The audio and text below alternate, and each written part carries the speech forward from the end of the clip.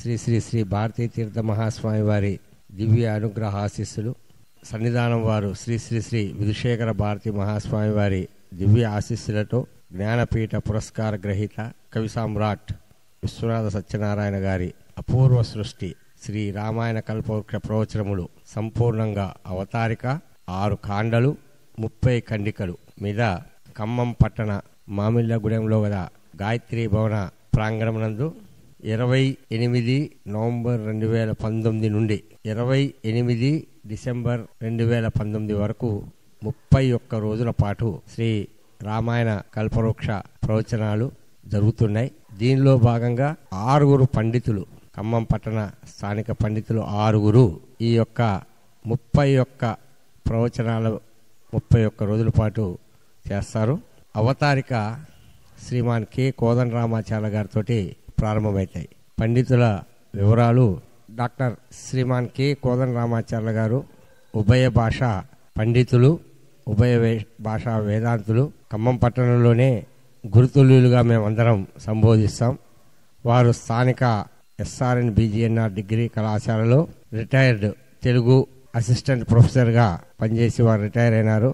వారికి విమర్శక, కవిశేఖర, అలాగే వేదావధానం ఇత్యాది కార్యక్రమాలు వారు ఖమ్మం పట్టణంలో నిర్వహించారు. అలాగే రాష్ట్రమంతా కూడా తిరిగి అనేక ఆధ్యాత్మిక ప్రవచనాలు అందజేసే గొప్ప పండితులు శ్రీమాన్ కె కోదండరామాచార్య గారు.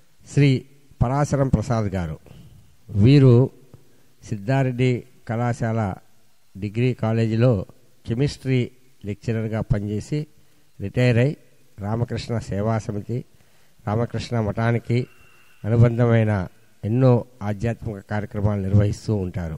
వీరు కెమిస్ట్రీ లెక్చరర్ అయిన రామాయణ ఉపన్యాసాలు అనేకం చెప్తూ ఈ శ్రీ రామాయణ కల్పవృక్ష ప్రవచనంలో 6 కాండలలో 6 ఖండముల వీరి యొక్క ప్రవచన కార్యక్రమం కొనసాగుతుంది. శ్రీ ఎన్వి అనంతకృష్ణ గారు, వీరు హైకోర్టు న్యాయవాది, స్టేట్ బ్యాంక్ ఆఫ్ ఇండియాలో గతంలో పనిచేస్తున్నారు. చక్కటి పండితులు. వీరు 6 కాండాలలో 6 ప్రవచనాలు వీరి యొక్క ఈ నెల రోజుల్లో ఉంటాయి. అలాగే శ్రీ హెచ్విఎల్ ప్రసాద్ బాబు గారు, వీరు రిటైర్డ్ సోషల్ స్టడీస్ టీచర్గా పనిచేసి తర్వాత హెడ్ మాస్టర్గా రిటైర్ అయినారు. వీరు సాహితీవేత్త, అనేక శతకాలు రచన చేసి ఉన్నారు. వీరు 6 కాండలలో 7 ప్రవచనాలు వీరి ద్వారా ఈ రామాయణ కల్పవృక్ష నెల రోజుల్లో 7 ఖండముల మీద వారి యొక్క ప్రవచన కార్యక్రమం ఉంటుంది. శ్రీ కోరుపోలు సత్యప్రసాద్ రాయ్ గారు, వీరు ఇంగ్లీష్ లెక్చరర్, ప్రస్తుతం ఖమ్మం పట్టణ ప్రభుత్వ మహిళా జూనియర్ కళాశాల ప్రిన్సిపాల్గా పనిచేస్తున్నారు. వీరు ఇంగ్లీష్ లెక్చరర్ అయిన తెలుగు భాష మీద అభిమానం, అలాగే రామకృష్ణ సేవా సమితి, రామకృష్ణ మఠ్ తోటి బాగా అనుబంధం ఉండి ఎన్నో రామకృష్ణ మఠ్ గ్రంథాలని ఇంగ్లీష్ నుండి తెలుగులోకి, తెలుగు నుండి ఇంగ్లీష్లోకి అనువాదం చేసిన పండితులు శ్రీ కోరుపోలు సత్యప్రసాద్ రాయ్ గారు. వీరు 6 కాండలలో 7 ఉపన్యాసాలు వీరివి కొనసాగుతాయి. శ్రీ కపిలవాయ చిత్తరామరావు గారు, వీరు సిద్ధారెడ్డి కళాశాలలో మొదలు కెమిస్ట్రీ లెక్చరర్గా వారి జీవనం ప్రారంభించి తర్వాత టెలిఫోన్స్ డిపార్ట్మెంట్లో, టెలికమ్యూనికేషన్ డిపార్ట్మెంట్లో ఇంజనీర్గా జాయిన్ అయ్యి ప్రస్తుతం డివిజనల్ ఇంజనీర్గా ఖమ్మం పట్టణ బిఎస్ఎన్ఎల్లో పనిచేస్తూ వీరు మంచి పద్యాన్ని చక్కగా పాడటం, పోతన భాగవత ప్రవచనాలు అనేకం చేస్తూ ఉంటారు. శ్రీ కపిలవాయ చిత్తరామరావు గారు, వీరి ప్రవచనాలు ఈ యొక్క నెల రోజుల కార్యక్రమంలో ఉంటాయి. ఇలా 6 పండితులు కలిసి 31 రోజుల పాటు చక్కగా మన ఖమ్మం పట్టణంలో గాయత్రీ భవనంలో కార్యక్రమాలు రామాయణ కల్పవృక్షపై విశేషంగా ప్రవచనాలు ఏర్పాటు చేశాం. మనందరం కలిసి ఆ ప్రవచనాలు విని ఆనందించి శ్రీ విశ్వనాథ సత్యనారాయణ గారి యొక్క చక్కటి పాండిత్యాన్ని మనం అర్థం చేసుకొని శ్రీ బ్రహ్మరాంబ రామలింగేశ్వరుల యొక్క ఆశీస్సులు, అలాగే గాయత్రీ మాత యొక్క ఆశీస్సులు పొందవలసిందిగా ప్రార్థిస్తూ కార్యక్రమాన్ని ప్రారంభించవలసిందిగా శ్రీమాన్ కె కోదండరామాచార్య గారిని సవినయంగా ప్రార్థిస్తున్నాను.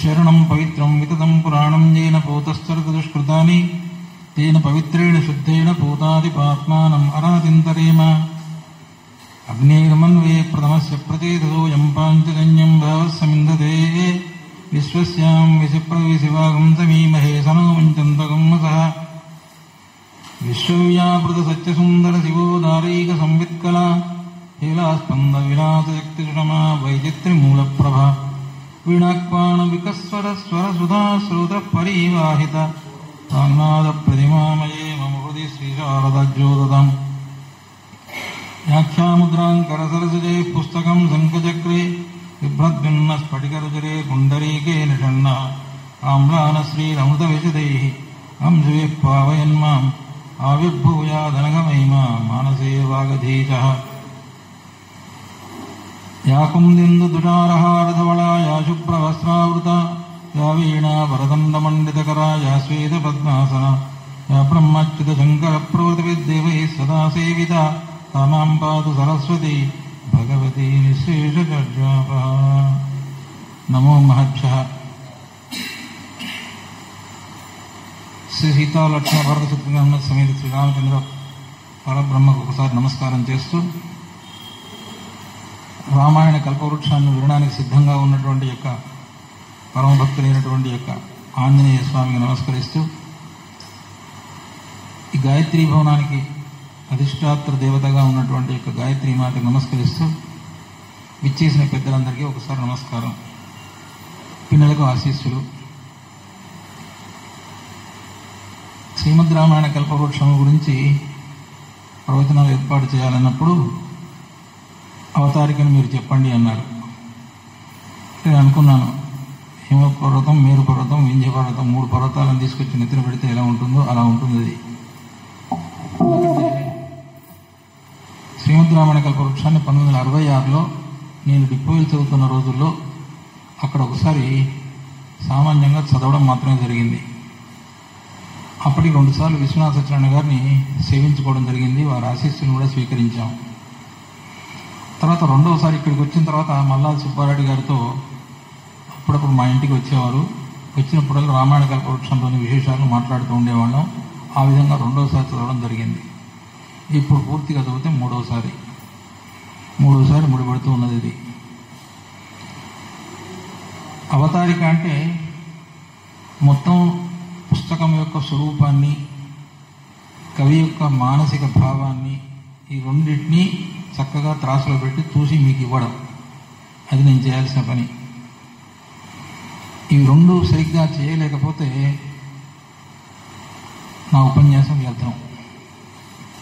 సరే, విశ్వనాథ సత్యనారాయణ గారికి ఒకసారి శిరస్సు నుంచి నమస్కరిస్తూ, ఎందుకంటే 3 సార్లు వారి ఆశీర్వచనం స్వీకరించాం కాబట్టి వారికి ఒకసారి నమస్కారం చేస్తూ వారి యొక్క మానసిక భావాన్ని, మనోగతమైన భావాలను మాకు అందిస్తూ శ్రోతలందరినీ కూడా ఆనందింపజేయాలని, వారందరికీ కూడా విశ్వనాథ సత్యనారాయణ గారి ఆశీస్సులు ఉండాలని, సీతారామచంద్ర స్వామి గారి యొక్క ఆశీస్సులు ఉండాలని, పరబ్రహ్మ యొక్క ఆశీస్సులు ఉండాలని ఆకాంక్షిస్తూ నేను ఎన్నుకున్నటువంటి విధానం ఏమిటి? మొదటిది విశ్వనాథ జీవిత విశేషాలు, 2వది విశ్వనాథ గారి రచనలు, తర్వాత నేను చేస్తున్నటువంటి యొక్క స్మృత్యంజలి, 4వది కల్పవృక్షం యొక్క స్వరూపం, 5వది ఖండికలు జీవన వేదాన్ని ఎలా తెలియజెప్తున్నాయి. ఆ తర్వాత అవతారిక అంటే ఏమిటి, అవతారిక యొక్క లక్ష్యం ఏమిటి, అవతారిక ప్రయోజనం ఏమిటి, అవతారికలో ఉన్నటువంటి యొక్క అంశాలను విశ్వనాథ సత్యనారాయణ గారు ఎలా మనకు తెలియజెప్పారు, వారి మనోగత భావాలు ఏ విధంగా ఉన్నవి అని తెలియజెప్పడానికి ప్రయత్నం చేస్తాను. విశ్వనాథ సత్యనారాయణ గారి జీవిత విశేషాలను నేను ఇలా సిద్ధం చేయడం జరిగింది. దీనిలో వెనుక రచనలు ఉన్నాయి, స్మృత్యంజలి కూడా ఉంది. ఇది ఇప్పుడు ఇవ్వను, జిరాక్స్ చేయించాను, తర్వాత అందరికీ ఇచ్చడం జరుగుతుంది. ఎందుకంటే ఇప్పుడు వేస్తే వాటిని చదువుతూ మీరు విశ్వనాథ సత్యనారాయణ గారి రచనల మీద దృష్టి పెడితే నేను చెప్పేది గాలికి పోతుంది. అలా గాలికి పోకుండా ఉండాలని మిమ్మల్ని అందరినీ కూడా ప్రార్థిస్తూ, మన్మథనామ సంవత్సర భాద్రపద బోధ సృష్టి మంగళవారం 10/9/1895 వారి జననం. కృష్ణా జిల్లా ఉమ్మటూరు మండలం నందమూరు గ్రామంలో జన్మించారు. తల్లి పార్వతి, తండ్రి శోభనాద్రి, సోదరులు వెంకటేశ్వర్లు, రామమూర్తి, మిత్రుడు కొడాలి ఆంజనేయులు. గురువులు చెల్లపల్లి వెంకటశాస్త్రి గారు సాహిత్యం, కంభంపాటి రామమూర్తి శాస్త్రి గారు వ్యాకరణం, పరం నరసింహ శాస్త్రి గారు సూత్రభాష్యం, విద్యానంద భారతీ స్వామి గారు వేదాంత ప్రకరణం. ఆ విద్యానంద భారతీ స్వామికి ఆశ్రమం స్వీకరించక మునుపు కానుకలను త్రివిక్రమరావు గారు వారి పేరు. 5వ వారు కళ్యాణానంద భారతీ ఇమాంతాచార్యులు ఉపనిషత్ భాష్యం. ఇలా వారి దగ్గర సేవించారు. రచనలు పద్యము, నవల, నాటకం మొత్తం కలిపి 171 రచనలు ఉన్నాయి. ఆ రచనల తర్వాత చదువుతాను. బిరుదులు కవి సమ్రాట్ బందరు సన్మాన సభలో 1985లో ఇచ్చారు. కళాప్రపూర్ణ ఆంధ్ర విశ్వకళా పరిషత్తు నేను ఇబ్బందా?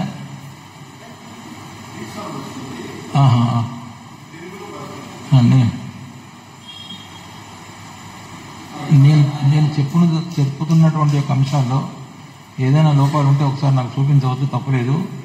నేను దానికి ఏ విధమైన బాధపడను, ఎందుకంటే నా వీపు నాకు కనిపించదు కాబట్టి. ముఖే సరస్వతి అని ఎందుకన్నారంటే ఒక్కొక్కరు ఒక్కొక్క విధంగా ఆలోచిస్తూ ఉంటారు. ఆలోచించినప్పుడు కొన్ని కొత్త విషయాలు తెలుస్తూ ఉంటాయి. ఆ కొత్త విషయాలను కూడా స్వీకరించడం అనేది ఉత్తమమైన లక్షణం. అంతేగాని అంతా నాకే తెలుసు, ఇంకోటికి ఏం తెలియదు అనుకోవడం మాత్రం చాలా పొరపాటు. కవి సమ్రాట్ బిరుదు బందరు సన్మాన సభలో 1935లో లభించింది. కళాప్రపూర్ణ ఆంధ్ర విశ్వకళా పరిషత్తు వారు వాల్తేరు వారు ఇచ్చారు 1964లో. పద్మభూషణ కేంద్ర ప్రభుత్వం ఇచ్చింది 1970లో. డాక్టరేట్ తిరుపతి వెంకటేశ్వర విశ్వవిద్యాలయం 1971లో ఇచ్చింది. వారికి సన్మానాలు: గజారోహణం గుడివాడలో 1942లో జరిగింది. పుష్పకిరీటం కలకత్తాలో 1963లో జరిగింది. జ్ఞానపీఠ పురస్కారం ఢిల్లీ 1975లో వచ్చింది. భారతీయ జాతీయ కవిగా నాగపూర్ విశ్వ హిందీ సమ్మేళనంలో గుర్తించారు. అది 1975లో జరిగింది. వరించిన పదవులు: ఆంధ్రప్రదేశ్ రాష్ట్ర శాసనమండలి సభ్యత్వం 1958, ఆంధ్రప్రదేశ్ సాహిత్య అకాడమీ ఉపాధ్యక్షుడు 1957, ఆంధ్రప్రదేశ్ ప్రభుత్వ ఆస్థాన కవిగా 1971. కీర్తిశేషులు: నరనామ సంవత్సర ఆశ్వయుజ బహుళ దశమి సోమవారం 18/10/1976. ఇక రచనలు: పద్యకావ్యాలు 28, ఆంధ్ర పౌరుషము, ఆంధ్రప్రదేశ్, గిరికుమారుని ప్రేమ గీతాలు, శృంగార వీధి, కిన్నెరసాని పాటలు, కోకిలమ్మ పెళ్లి, మాస్వామి, వేణీభంగము, వరలక్ష్మి త్రిశతి, శశిదూతము, ఋతు సంహారము, గోపాలోదాహరణము, ఝాన్సీ రాణి, పిల్లల రామాయణము, పాముపాట, కుమారాభ్యుదయము, విశ్వనాథ మధ్యాకర్లు, భ్రమర గీతాలు, ప్రద్యుమ్నోదయము, శ్రీకృష్ణ సంగీతము, రూర చరిత్రము, గోపికా గీతాలు, శివార్పణము, విశ్వనాథ పంచశతి, భ్రష్టయోగి, కేదారగౌడ, గోలోకవాసి, శ్రీరామాయణ కల్పవృక్షం, 6 కాండలు. నవలలు 36: అంతరాత్మ, ఏకవీర, వీరవల్లుడు, హాహాహువు, 3 తరాలు, 1000 పడగలు, మాబాబు, చిలేకట్ట, జీవు దొంగలు, కడిమి చెట్టు, బద్దన్న సేనాని, ధర్మచక్రము, స్నేహఫలము, వీరపూజ, స్వర్గానికి నిచ్చెనలు, కుణాలుని శాపం, పుల్ల సత్యాగ్రహం, పరీక్ష, సారథి బాల్యం, దేవతల యుద్ధం, తెరచిరాజు, వల్లభ మంత్రి, మ్రోయి 9, సముద్రపు దిబ్బ, విష్ణుశర్మ ఇంగ్లీష్ చదువు, దమయంతి స్వయంవరము, నీలకండి, శార్వర్ నుండి శార్వర్ దాకా, గంగూలీ ప్రేమకథ, 6 నదులు, బాణావతి, ప్రళయనాయుడు, పునర్జన్మ, చందమౌళి రాణి, కుక్కు కొడుగులు, నందిగ్రామరాజ్యం. పురాణ వేద గ్రంథమాల 12: భగవంతుని మీద పగ, నాస్తిక ధూమము, ధూమరేఖ, నందోరాజా భవిష్యతి, చంద్రగుప్తుని స్వప్నము, అశ్వమేధము, అమృతవల్లి, పులిమృగు, నాగశైలుడు, హెలీనా, వేదవతి, నివేదిత. నేపాల రాజవంశ నవలలు 6: దిండు కింద పోకచెక్క, చుక్కీ చుట్టని గాజులు, సౌదామణి, లలితా పట్టపురాణి, దంతపు దువ్వెన, దూతమేఘము. కాశ్మీర రాజవంశ నవలలు 6: కవలలు, యశోవతి, పాతిపెట్టిన నాణములు, సంజీవకరణి, మిహిరకరుడు, భ్రమరవాసిని. కథలు 29: విస్మతి, భావనాసిద్ధి, పరిపూర్తి, రోధము, జమీందారు కొడుకు, తిరోధానము, నీ రుణం తీర్చుకున్న, పుణ్యప్రేమలు, రాజు, పరిశోధకులు, కాళిదాసుని అపకీర్తి, మాక్లీ దుర్గంలో కుక్క, జీవుని ఇష్టము, గోళీమహాల్, ద్విజాత, కపర్ది, ఏమి సంబంధము, శకుంతల, విధికివడి కత్తలు, ఆద్యంతము, గుడి, 3 పిచ్చగాళ్ళు, దొరగాడు, దివాంజీ, వెలుగుమెట్లు, జూ ఇంకొక విధము, సప్తాశ్రము, చామరగ్రాహిణి, అల్లాకే ఫకీర్. నాటకములు 16: ధన్య కైలాసము, ఓంకారవర్తనము, సౌప్తిక ప్రళయము, నర్తనశాల, అనార్కలి, వేణురాజు, ఉరి, తల్లిలేని పిల్ల, త్రిశూలము, అంతా నాటకమే, ప్రవాహం, లోపల బయట, సత్యాగ్రహము, శివాజీ, దాన్నే రోజునార్ అంటారు, ఆకాశరాజు, శశిరేఖ. నాటికలు 10: దుర్యోధనుడు, కిరీటమణి, నాగమణి, శశిరేఖ, వైకుంఠవాడి, వైతరణి, యక్షుడి అప్పు, కావ్య హరిశ్చంద్రము, వేద హరిశ్చంద్రము, రాసమల్లుని రాయబారు. ఆంధ్ర వాంగ్మయ చిత్ర రూపకాలు 10: భారతావరణం, ఉభయ కవిమిత్రం, పాల్కురి శివభక్తి, నందికంత పోతరాజు, అద్వైత శేఖరుడు, వసంతోత్సవం, కనకాభిషేకం, నాటకోత్సవం, ఆతిథ్యం, హేతువాదేగం. విమర్శ గ్రంథాలు 11: నన్నయ్య గారి ప్రసన్న కథా కలితార్థయుక్తి, శాకుంతలం యొక్క విజ్ఞానత, అల్లసాని వారి లిగదిగివి, రామాయణ కల్పవృక్షము, శిల్పదృష్టి, ఒకడు నాచన సోమన, విశ్వనాథ్ సాహిత్యోపన్యాసాలు, సాహిత్య సురవి, కావ్య పరిమళము, కావ్యానందము, సీతాయాశ్రితం మాతు, what is Ramayana to me. సంస్కృత రచనలు 7: అమృత శర్మిష్టం, అచనిరాసం, ఆదిశంకర స్తుతి, గుప్తభాషణం, దేవీ త్రిశతి, శివసహస్రి, పుష్పగిరి సుప్రభాతం. అసంకలిత సాహిత్యాన్ని కాకతీయ యూనివర్సిటీ వాళ్ళలో కోకుల సుప్రసన్నాచారి గారు, సంపత్ కుమారాచారి గారు వీళ్ళందరూ కలిసి 6 సంపుటాలు వివరించారు. వ్యాసాలు, ఉపన్యాసాలు, ఇంటర్వ్యూలు, వార్తాంశాలు, రూపకాలు, సంపాదకీయాలు, పీఠికలు, ఉపపీఠికలు, ఇలా మొత్తం విశ్వనాథ సత్యనారాయణ గారి రచనల గురించి చెప్పడం జరిగింది. ఇదంతా నా ప్రజ్ఞ లేదు, అన్ని సేకరించి చెప్పినటువంటి జీవిత విశేషాలు కానీ రచనలు కానీ. స్మృత్యంజలి అనేది నా స్వీయ రచన. దానిని ఒకసారి చెప్పి వారికి నమస్కారం చెప్పి అంశంలోకి వెళదాం. వాల్మీకిర్వదనారవిందగళితం స్వీకృత్య బీజామృతం. సంస్కృతం సరళంగానే ఉంది కాబట్టి వివరించను. వాల్మీకిర్వదనారవిందగళితం స్వీకృత్య బీజామృతం బిందూన్ పంచవిధాన్ ప్రకల్ప్య రసవత్ కాండేషు సంసేచయన్ జీవాత్మస్థిత వేదనాఖ్యపయసా మూలంచ సంపోషయన్ శ్రీమత్కల్పతరం పుపోష కవిరాట్ శ్రీ సత్యనారాయణ తం వందే కవిలోకవంజమనిశం సాహిత్య పాదోనిధిం. రామాద్యై కృతధర్మవృత్తకుసుమై సంవాసితే శోభితే. ఇది వారన్నట్టుగా నేను భావించి రాసిన శ్లోకం. రామాద్యై కృతధర్మవృత్తకుసుమై సంవాసితే శోభితే ఆత్మోత్తారణ రూపితామృత కథా పక్వై ఫలైర్వర్ధితే శ్రీవైకుంఠ పదాత్ ప్రసారిత కృపా స్వచ్ఛాయయా సంవృతే శ్రీరామాయణ కల్పవృక్ష నికటే సంజీవ జీవాత్మక. ఇత్థం బోధితవాన్ సహస్రపణిరాట్ శ్రీ సత్యనారాయణ. సాయిదే శిఖరే రమ్యే జ్వలంతం దివ్యతేజస వందే శ్రీ విశ్వనాథాఖ్య సత్యనారాయణం కవిం. సరే, 3 సంస్కృత శ్లోకాల తర్వాత తెలుగు కూడా రాయాలి కాబట్టి. సంగీత సాహిత్య సామ్రాజ్యమున్నది మనన చేయు సమ్రాట్టు లేడు. కావ్యములు రచయించు కవులు వేలు కలరు రాణింపచేయు సమ్రాట్టు లేడు. మధ్యక్కరాదియౌ మధుర పద్యములున్న మార్గాన నడచు సమ్రాట్టు లేడు. పండితులు కాగోరు దండివారున్నారు రాజుల్లజేయు సమ్రాట్టు లేడు. లేడు భౌతిక కాయాన లేడు కాని సరస సాహిత్య ప్రక్రియలు సంతరించి ఆంధ్ర సంస్కృత సారస్వతాంబరమున నిలచియుండును ధ్రువతార నిలిచినట్టు. అట్టివారి దీవెన పొందినట్టి నేను అంజలి ఘటింతు విశ్వనాథాఖ్య కవికి. నమో మహర్ష. స్మృత్యంజలి జీవిత విశేషాలు ఈ 4 పేజీల పేపర్సు తర్వాత ఇవ్వడం జరుగుతుంది.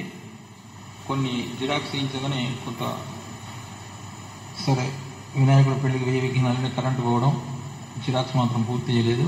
తర్వాత మీకు ప్రస్తుతం అందించాం. కల్పవృక్షం యొక్క స్వరూపం. ఇక్కడి నుంచి ఇది నేను సిద్ధం చేసుకున్నటువంటి యొక్క ప్రణాళిక. వృక్షము ఎలా ఉంటుందో దాని యొక్క స్వరూపాన్ని ఒకసారి చూద్దాం. కల్పవృక్షానికి 6 కాండములు ఉన్నాయి, 30 ఖండములు ఉన్నాయి, 13,000 గజ్జ పద్య పత్ర కుసుమాలున్నాయి. వేసినటువంటి కొత్త వృత్తాలు చిగుళ్ళు అనుకోండి, అవి వేల సంఖ్యలోనే ఉన్నాయి. అంటే మామూలుగా అందరికీ తెలిసినవి శార్దూలం, చంపకమాల, ఉత్తరమాల ఇవే కాకుండా కొత్తనైనటువంటి వృత్తాలు, చాలా వృత్తాలను ఉపయోగించారు రామాయణ కల్పవృక్షంలో. ఇక కాండలు, బాలకాండలో 5 ఖండములు ఇష్టి, అవతార, అహల్య, ధను, కళ్యాణ. అయోధ్యాకాండలో అభిషేక, ప్రస్థాన, మునిశాప, పాదుక, అనసూయ. అరణ్యకాండలో దశవర్ష, పంచవటి, మారీచ, జటాయు, శబరి. కిష్కింధకాండలో నూపుర, గజపుష్పి, నియమపాలన, సమీకరణ, అన్వేషణ. సుందరకాండలో పూర్వరాత్ర, పరరాత్ర, ఉషఖండ, దివాఖండము, సంధ్యాఖండము. యుద్ధకాండలో సంశయకరణము, కుంభకర్ణ, ఇంద్రజిత్తు, నిస్సంశయ, ఉపసంహరణ. 6 కాండములు. ఈ 6 ఖండములు 6 చక్రములకు ప్రతీకలు. షట్చక్రయుతమైనటువంటి యొక్క జీవుడు. అందుకే షట్చక్ర సీతారామ సాలగ్రామం అని తప్పనిసరిగా ఆరాధనలో ఉంటుంది. అది రెండయ్య స్వామి వారు. నమస్కారం. మా బావగారు వచ్చారు, పురుషోత్తమాచారి గారు, మా మీద అభిమానంతో. షట్చక్ర సీతారామ సాలగ్రామం తాగుతున్నాం భయం. అయితే ఈ షట్చక్రములేవి మూలాధారము, స్వాధిష్టానము, మణిపూరము, అనాహతము, విశుద్ధము, ఆజ్ఞ. ఈ 6 చక్రాలలో ఉన్నటువంటి అంశము 6 కాండాలలో ఉంది. అంటే ఈ ఒక్కొక్కటి వివరించాలంటే రోజు పడుతుంది. అంశం మాత్రమే చెప్తాను. కాలకాండలో జన్మకు మూలం కాబట్టి ఇది మూలాధార చక్రం. అయోధ్యకాండలో స్వాధిష్టాన చక్రం. అంటే రాముడు తన వ్యక్తిత్వాన్ని నిలుపుకున్నాడు. లక్ష్మణుడు అంటాడు, దశరథుని కూడా మనం కాదని, దశరథుడు కాదని మనం రాజ్యం పరిపాలించవచ్చు అని. ఒప్పుకోడు. తన వ్యక్తిత్వాన్ని నిలుపుకున్నాడు. స్వాధిష్టానం. 3వ మణిపూర చక్రం. అంటే పూర్తి చేయడం. అరణ్యకాండ. దాంట్లో వీరత్వాన్ని ప్రదర్శించారు. కిష్కింధకాండలో అనాహతం. అంటే ఎంతో సంయమనాన్ని పాటించడం. సుందరకాండలో విశుద్ధం, విశుద్ధ చక్రం. అక్కడ సీత యొక్క తత్వం, రాముని యొక్క తత్వం, హనుమంతుని యొక్క తత్వం, అది విశుద్ధ చక్రం. ఆజ్ఞా చక్రం, యుద్ధకాండ. శత్రు సంహారంలో ఆజ్ఞ. ఈ 6 కాండలు 6 చక్రాలకు ప్రతీకలు. వీటి వివరించాలంటే ఎవరైనా దాని గురించి ప్రయత్నం చేయొచ్చు. చాలా మంది విషయాలు. ఒక్కొక్క కాండలో 5 ఖండాలు ఉన్నాయి. ఈ 5 ఖండాలు ఏమిటి? 5 ఖండాలు ఎందుకు వివరించారు అంటే మనకున్నవి ఒక జీవునికి కావాల్సినవి. ప్రతి అంశంలో జీవుని వేదనే మనకు స్పష్టంగా కనిపిస్తుంది. అన్నమయ కోశము, ప్రాణమయ కోశము, మనోమయ కోశము, విజ్ఞానమయ కోశము, ఆనందమయ కోశము. ఈ 5 కోశములను దృష్టిలో పెట్టుకుని ఖండములకు పేర్లు పెట్టారు. ఈ 5 కోశములను ఒక్కొక్క కాండలో ఉన్నటువంటి 5 ఖండములకు మనం అన్వయింప చేయవచ్చు. ఒక్క బాలకాండలో ఉన్న విషయం చెప్పేసి ముందు వెళ్తాను. ఎందుకంటే ముందు చెప్పాల్సింది చాలా ఉంది కాబట్టి. మంత్రాంగములు కూడా ఉన్నాయి. ఋషి, ఛందస్సు, దేవత, బీజం, శక్తి. ఒక మంత్రమునకు ఋషి ప్రధానమైనటువంటి వ్యక్తి. నిన్ననే చెప్పాను, ఆగమాలు చెప్పాడు, ఋషి మూర్ధిన్యసేత్ పూర్వం అని. కాబట్టి ఇక్కడ ఛందస్సు, దేవత, బీజం, శక్తి. ఈ అన్నమయ, ప్రాణమయ, మనోమయ, విజ్ఞానమయ, ఆనందమయ కోశాలను ఋషి, ఛందస్సు, దేవత, బీజం, శక్తి అనే వాటిని బాలకాండలో ఉన్నటువంటి 5 ఖండాలకు అన్వయిస్తే ఎలా ఉంటుంది అదొకటి ముందు చెప్తాను. బాలకాండలో ప్రధానమైనటువంటి ఋషి ఎవరు? విశ్వామిత్రుడు. విశ్వామిత్రుడు తన యొక్క విద్యను శ్రీరామునికి జృంభకాస్త్ర రూపంలో అందించడం చేత అది అన్నమయ కోశమైంది. ఆ తర్వాత ఛందస్సు ఆహ్లాదకత్వాన్ని కలిగిస్తుంది.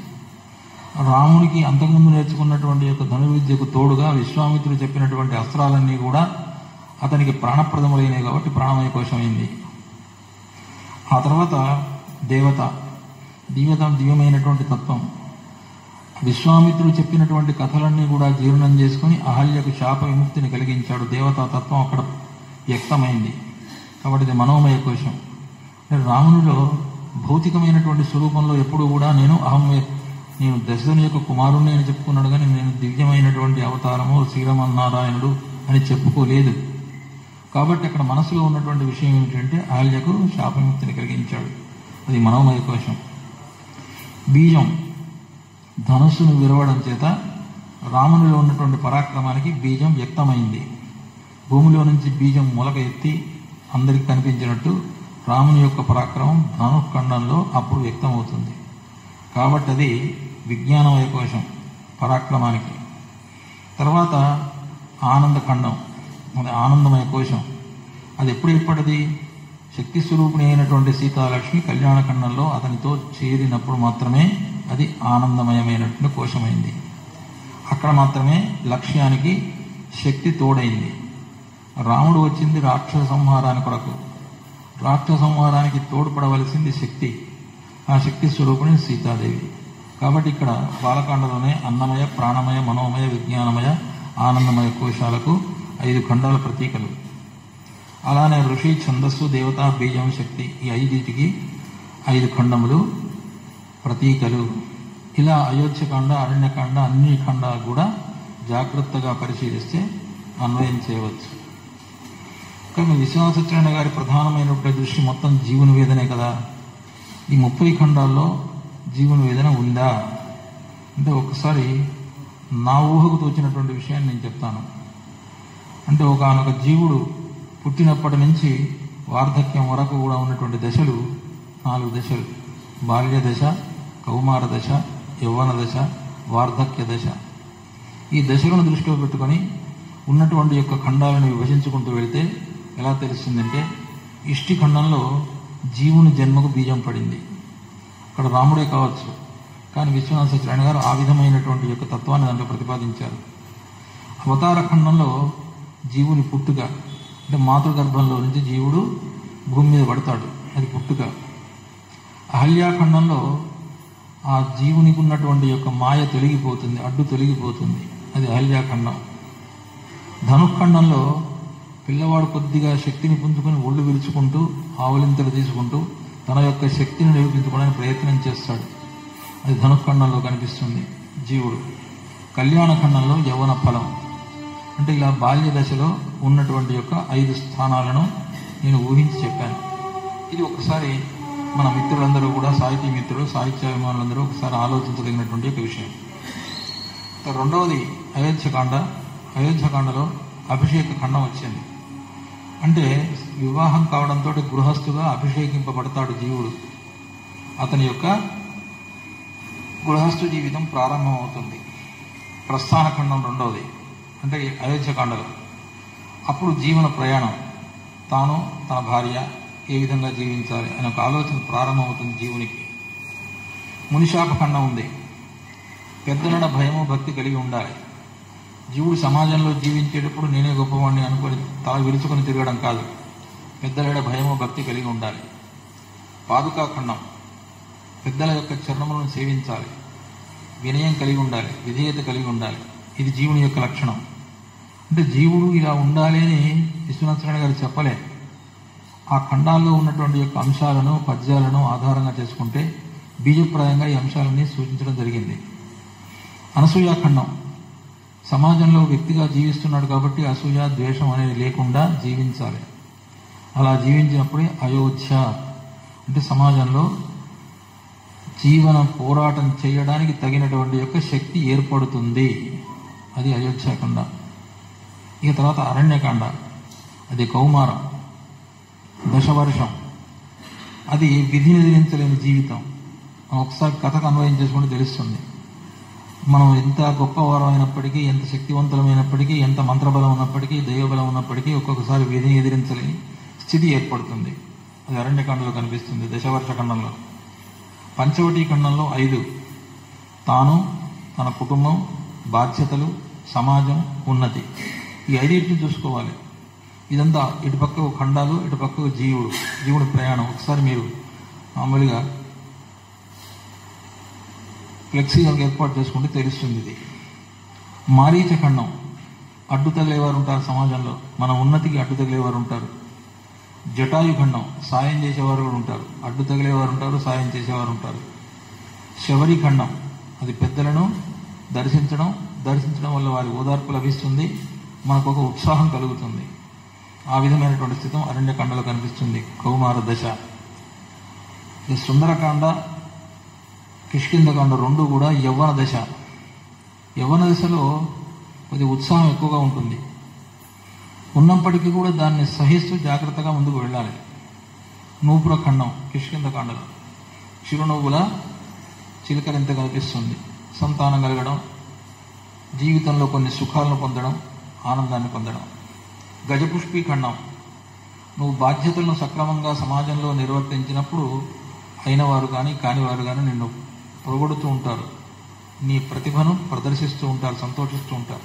కాబట్టి అది సన్మాన ఖండం. నియమపాలన, హద్దు దాటకుండడం. సమాజంలో అందరూ నన్ను పొగిడారు కదా అని నేను హద్దు దాటుతాను అంటే అది కుదరదు. హద్దు దాటకుండా ఉండడం. రాముడు అంత శక్తివంతుడైనప్పటికీ కూడా సుగ్రీవుని యొక్క ప్రయత్నం ఎంతవరకు ఉందో ఓపిక పెట్టాడు. అది సమీకరణ ఖండంలో ఓర్పు, శాంతిని కలిగినటువంటి వాడు. లక్ష్మణుడైనా కొద్దిగా ఉద్రేకంతో మాట్లాడాడు కానీ రాముడు ఏమీ మాట్లాడలేదు. అన్వేషణ ఖండం, తత్వాన్ని అన్వేషించాలి. జీవుడు కూడా తత్వాన్ని, అప్పటికీ వయసు క్రమక్రమంగా వార్ధక్య దశకు చేరుకోబోతున్నది కాబట్టి అతడు తత్వాన్ని అన్వేషిస్తూ ఉండాలి. నేను ఎందుకు వచ్చాను, నా బాధ్యత ఏమిటి, చేశానా లేదా, పరమాత్మ గురించి ఏ విధంగా ఆలోచించాలి, తత్వాన్ని. సుందరకాండలో పూర్వఖండము, పరఖండము, ఉషఖండము, దివాఖండము, సంధ్యాఖండము, ఇవన్నీ కూడా కాలం. వార్ధక్య దశకు చేరుకునే సమయంలో కాలం గడపాలి. ఎలా గడపాలి? ప్రశాంతమైనటువంటి జీవితం. కాలానికి మనకు ఎదురొడ్డలేను కాబట్టి కాలానికి తల వంచి, విధికి తల వంచి ఆ జరిగేటువంటి యొక్క కార్యక్రమాల్లో అన్వయిస్తూ జీవించడమే సుందరకాండలో కనిపిస్తుంది. అప్పుడే జీవితం సుందరం అవుతుంది. జీవితమే కాదు, ఆలోచన సుందరం అవుతుంది, బ్రతుకు సుందరం అవుతుంది, లేకపోతే దుర్భరం అవుతుంది. అది కాలాన్ని దృష్టిలో పెట్టుకుని నడపాలి. యుద్ధకాండకు వచ్చేవరకల్లా సంశయఖండం, అది అనుమానం కలుగుతుంది. నన్ను పిల్లలు చూస్తారా చూడరా, నేను సమాజంలో ఎలా ఉంటాను, నా ప్రాణం ఎలా పోతుంది, ఇది అనుమానం. జీవుని కలిగేది అనుమానం. అంటే ఒక్కొక్క ఖండాన్ని తీసుకొని ఆ ఖండాన్ని పేరును బట్టి నేను ఈ విధంగా ఊహించుకున్నాను. ఇంకా విశేషాలు ఉంటే ఏమైనా తర్వాత చెప్పొచ్చు. కుంభకర్ణ ఖండం ఉన్నది. అక్కడేంటి అంటే ఒక్కొక్కసారి సమాజంలో ఉన్నాం కాబట్టి, ప్రకృతిలో ఉన్నాం కాబట్టి వ్యామోహం ఏర్పడుతుంది. నేను, నా పిల్లలు, నా కుటుంబం, నేను బాగుండాలి, నా పిల్లలు బాగుండాలి, ఇంకెవరు బాగుండదు, ఇంకోరు మాత్రం వాడు పక్కవాడు బాగుంటే మాత్రం వీడికి సహించదు. అంత వృద్ధవాడైనా వృద్ధాప్యంలో ఉన్నప్పటికీ కూడా అవతలి వాడు సోదరుడో ఎవడో ఉన్నతిలోకి వస్తున్నాడంటే సహించాడు. అదే వ్యామోహం, అదే మొద్దు నిద్ర. ఇంద్రజిత్ ఏంటి, ఆ వ్యామోహాన్ని వదులుకొని ఇంద్రియాలను జయిస్తే ఇంద్రజిత్ అవుతాడు. ఇంద్రజిత్తే ఒకటి కావడం వల్ల బంధములను తెంచుకోవాలి. క్రమక్రమంగా నాకు వార్ధక్యములకు దగ్గరవుతున్నాను, నాకు కాలమునకు ఆసన్నమవుతున్నాను కాబట్టి నేను ఈ బంధాలను తెంచుకోవాలి అని వైరాగ్యంతో జీవించాలి. వ్యామోహాన్ని పెంచుకోకూడదు, బంధాలను తెంచుకోవాలి. ఆ విషయం. ఆ తర్వాత నిస్సంశయఖండం, సందేహ నివృత్తి. జీవుడు వచ్చేటప్పుడు ఒక్కడే వస్తాడు, ఒక్కడే వెళ్ళిపోతాడు. ఉన్నంతసేపు మాత్రం బంధనాలు ఉంటాయి. అందరితో కలిసి జీవించాలి, కానీ వెళ్ళేటప్పుడు మాత్రం ఒకడే వెళ్తాడు, ఎవరు తోడు రారు. ఆ విషయాన్ని గుర్తు చేసుకోవాలి. సందేహ నివృత్తి. ఆ తర్వాత ఉపసంహరణ ఖండం, దేహం మీద అభిమానాన్ని వదులుకోవాలి, ప్రాణత్యాగం చేయాలి. ఇది జీవుని యొక్క వేదన. అంటే 30 ఖండాల్లో 30 అంశాలను సూక్ష్మంగా చెప్పినటువంటి వారు శ్రీ విశ్వనాథ సత్యనారాయణ గారు. ఇది నాకు తోచినటువంటి విధానాన్ని ఆలోచించాను. ఇది ఈ అంశాన్ని తీసుకుని ఒక్కొక్క ఇష్టి జీవన జన్మ ఉందనుకోండి, దీని గురించి చెప్పాలంటే ఆ ఖండంలో ఉన్నటువంటి ప్రాణప్రదమైనటువంటి యొక్క అంశాలన్నీ తీసుకొని చెప్పాల్సి వస్తుంది. చెప్పాను కదా, కల్పవృక్షంలో ఉపన్యాసాలంటే కోయిల సుప్రసన్నాచారి గారు, హనుమాన్ల భూమయ్య గారు కాకతీయ యూనివర్సిటీలో ఏదో డిపార్ట్మెంట్ మీటింగ్ వెళ్ళినప్పుడు వారు అన్నారు, విశ్వనాథ గారు ఒక్కొక్క ఖండం కానీ ఒక్కొక్క పద్యాన్ని కానీ తీసుకుని చదువుతుంటే అనేకమైన విషయాలు మనకు గోచరం అవుతాయి. వాటిని చెప్పాలంటే సంవత్సరం పాటు చెప్పాల్సి వస్తుంది అన్నారు. ఆ విధముగా ఇప్పటికీ తత్వం చదువుతూనే ఉన్నారు. తర్వాత ఈ కల్పవృక్షంలో శిల్పం ఒకటి ఉంది. శిల్పం అంటే ఏంటి, మామూలుగా ఏదో స్థపతి అనేవాడు ఒక బొమ్మను తయారు చేస్తాడు. ఆ బొమ్మ అందంగా ఉన్నదా లేదా, చూడటానికి ఎలా ఉంది, కనుతీరు, ముక్కు తీరు, చెవులు, అందమైనటువంటి కేశపాశములు, ఏ విధంగా నిలబడ్డది, ఇలాంటి శిల్పం. మరి రచనలో ఎలా శిల్పం ఉంటుంది అంటే ఇది విశేష ప్రయోజనాన్ని అందిస్తుంది శిల్పం. అధికమైనటువంటి అర్థాన్ని సంగ్రహింపజేస్తుంది శిల్పం. పాఠకుని గాఢమైనటువంటి భావనామయ ప్రపంచానికి తీసుకుని వెళ్తుంది. శిల్పం వల్ల 3 ప్రయోజనాలు. మరి శిల్పం ఎన్ని రకాలుగా ఉంటుందండి అంటే పద్య శిల్పం, ఛందశిల్పం, అలంకార శిల్పం, గ్రథన శిల్పం, నిర్మాణ శిల్పం, రసశిల్పం. పద్య శిల్పం అంటే ఏంటండి అంటే పద్యాన్ని రచించే తీరు. ఆ పద్యాన్ని రచించేటప్పుడు పొడిపొడి మాటలు చెప్పొచ్చు, ఏదో ఇద్దరు మాట్లాడుకున్నట్టు చెప్పొచ్చు. అరణ్యకాండలో, దశవర్ష ఖండంలో అలాంటివి ఉన్నాయి, చాలా ఉన్నాయి. అంటే రాముడు మాట్లాడుకుంటాడు, దానికి మళ్ళీ జానకి, మళ్ళీ లక్ష్మణుడు మాట్లాడతాడు, మళ్ళీ జానకి. ఇలా ఒక సంభాషణ శైలిలో పద్యాన్ని నడపడం చాలా విచిత్రంగా ఉంటుంది. ఛందశిల్పం అంటే ఒక్కొక్క చోట ఉన్నతమైనటువంటి భావాన్ని ప్రదర్శించాలనుకున్నప్పుడు శిఖరిణి వృత్తం లాంటిది, కవిరాజ విరాజితం, క్రౌంచపద వృత్తం, మానిని వృత్తం, మాలిని వృత్తం, ఉత్సాహ వృత్తం, తోటస్థ వృత్తం, ఇంద్రవజ్ర, ఉపేంద్రవజ్ర, ఆ నడకనుడు పంచచామరం, జరల్ జరల్ జగమ్ము గూడ జాలి రేచన నిధిస్ఫురద్దురామై పొల్చు పంచచామరం బగున్. ఆ పద్యం నడక అలా ఉంటుంది. అంటే ఛందశిల్పం అనేది అక్కడ తెలుస్తుంది.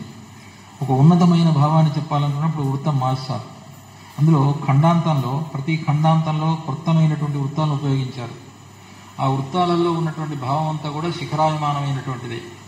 భక్తి భావాన్ని నింపుకున్నటువంటి యొక్క వృత్తాలు ఉన్నాయి కాబట్టి ఛందశిల్పం. అలంకార శిల్పం, అలంకారాలు ఉపమాలంకారం అనుకుంటాం. రూపకాలంకారం కానీ ఉత్ప్రేక్షాలంకారం కానీ ఏ విధంగా అందము భావానికి అందముగా ఈ అలంకారం ఉంటుంది అనుకున్నప్పుడు అక్కడ అలంకారం ఉపయోగించారు. అర్ధాంతరన్యాస అలంకారం, స్వభావక్తి అలంకారం, ఇలా 130 అలంకారాలు ఉన్నాయి, అలంకారాలు ఉపయోగించారు. గ్రథన శిల్పం ఉంటే ఒక సన్నివేశం తర్వాత ఒక సన్నివేశాన్ని కూర్చడం. ఏ సన్నివేశం తర్వాత ఏ మనం మామూలుగా స్క్రీన్ ప్లే అంటాం, అలాంటిదే ఇక్కడ కూడా. అంటే ఏ సన్నివేశం తర్వాత ఏ సన్నివేశం ఉంటే బాగుంటుంది, ఆ సన్నివేశం ఉన్నప్పుడు పాఠకునికి ఏ విధమైన ఆనందం కలుగుతుంది, ఉత్సాహం కలుగుతుంది, ఉద్వేగం కలుగుతుంది, ఒక విధమైనటువంటి యొక్క కర్ణరసం కలుగుతుంది. ఆ విషయాన్నంతా ఊహించి కవి గ్రథన శిల్పం అంటాం దాన్ని, కథను కూర్చడం. నిర్మాణ శిల్పం అంటే ఒక సన్నివేశాన్ని మాత్రమే గ్రథన అంటాం, ఒక ఇష్టిఖండాన్ని పూర్తిగా నిర్మాణం చేయడం. అంటే ఇదంతా ప్రత్యేకంగా విశ్వనాథ సత్యనారాయణ గారు కూర్చొని ఏదో డిక్షనరీ ముందు పెట్టుకొని కాగితం కలం ముందు పెట్టుకొని రాసింది కాదు. వారికి మాత్రం ఆ బ్రాహ్మీ దత్త వరప్రసాదుడు కాబట్టి, సాహితీ మూర్తి సరస్వతి యొక్క కటాక్షం ఉంది కాబట్టి వారు పద్యం చెప్తుంటే అలా రాయడం జరిగేది. కాబట్టి అలా నిర్మాణ శిల్పం కూడా, అంటే ఇష్టిఖండం ఇలా ప్రారంభమవుతుంది, ఇలా చివర మధ్యలో సన్నివేశాలు ఎలా కూర్చాలి, ఇవన్నిటిని చదవాలంటే ఒక రోజు 2 రోజులు అయ్యే పని కాదు. తర్వాత రస నిర్వహణ, ఏకోరస కరుణ ఏవాని కరుణరస ప్రధానమైనటువంటిది అనుకున్నారు, అది కాదు, శాంతరస ప్రధానమైనటువంటిది రామాయణ కల్పవృక్షం అని చెప్పారు. ఇలా కల్పవృక్షం యొక్క స్వరూపాన్ని మాత్రమే, కాండలు, ఖండములు, అందులో ఉన్న శిల్పము, వీటి గురించి మాత్రమే చెప్పడం జరిగింది.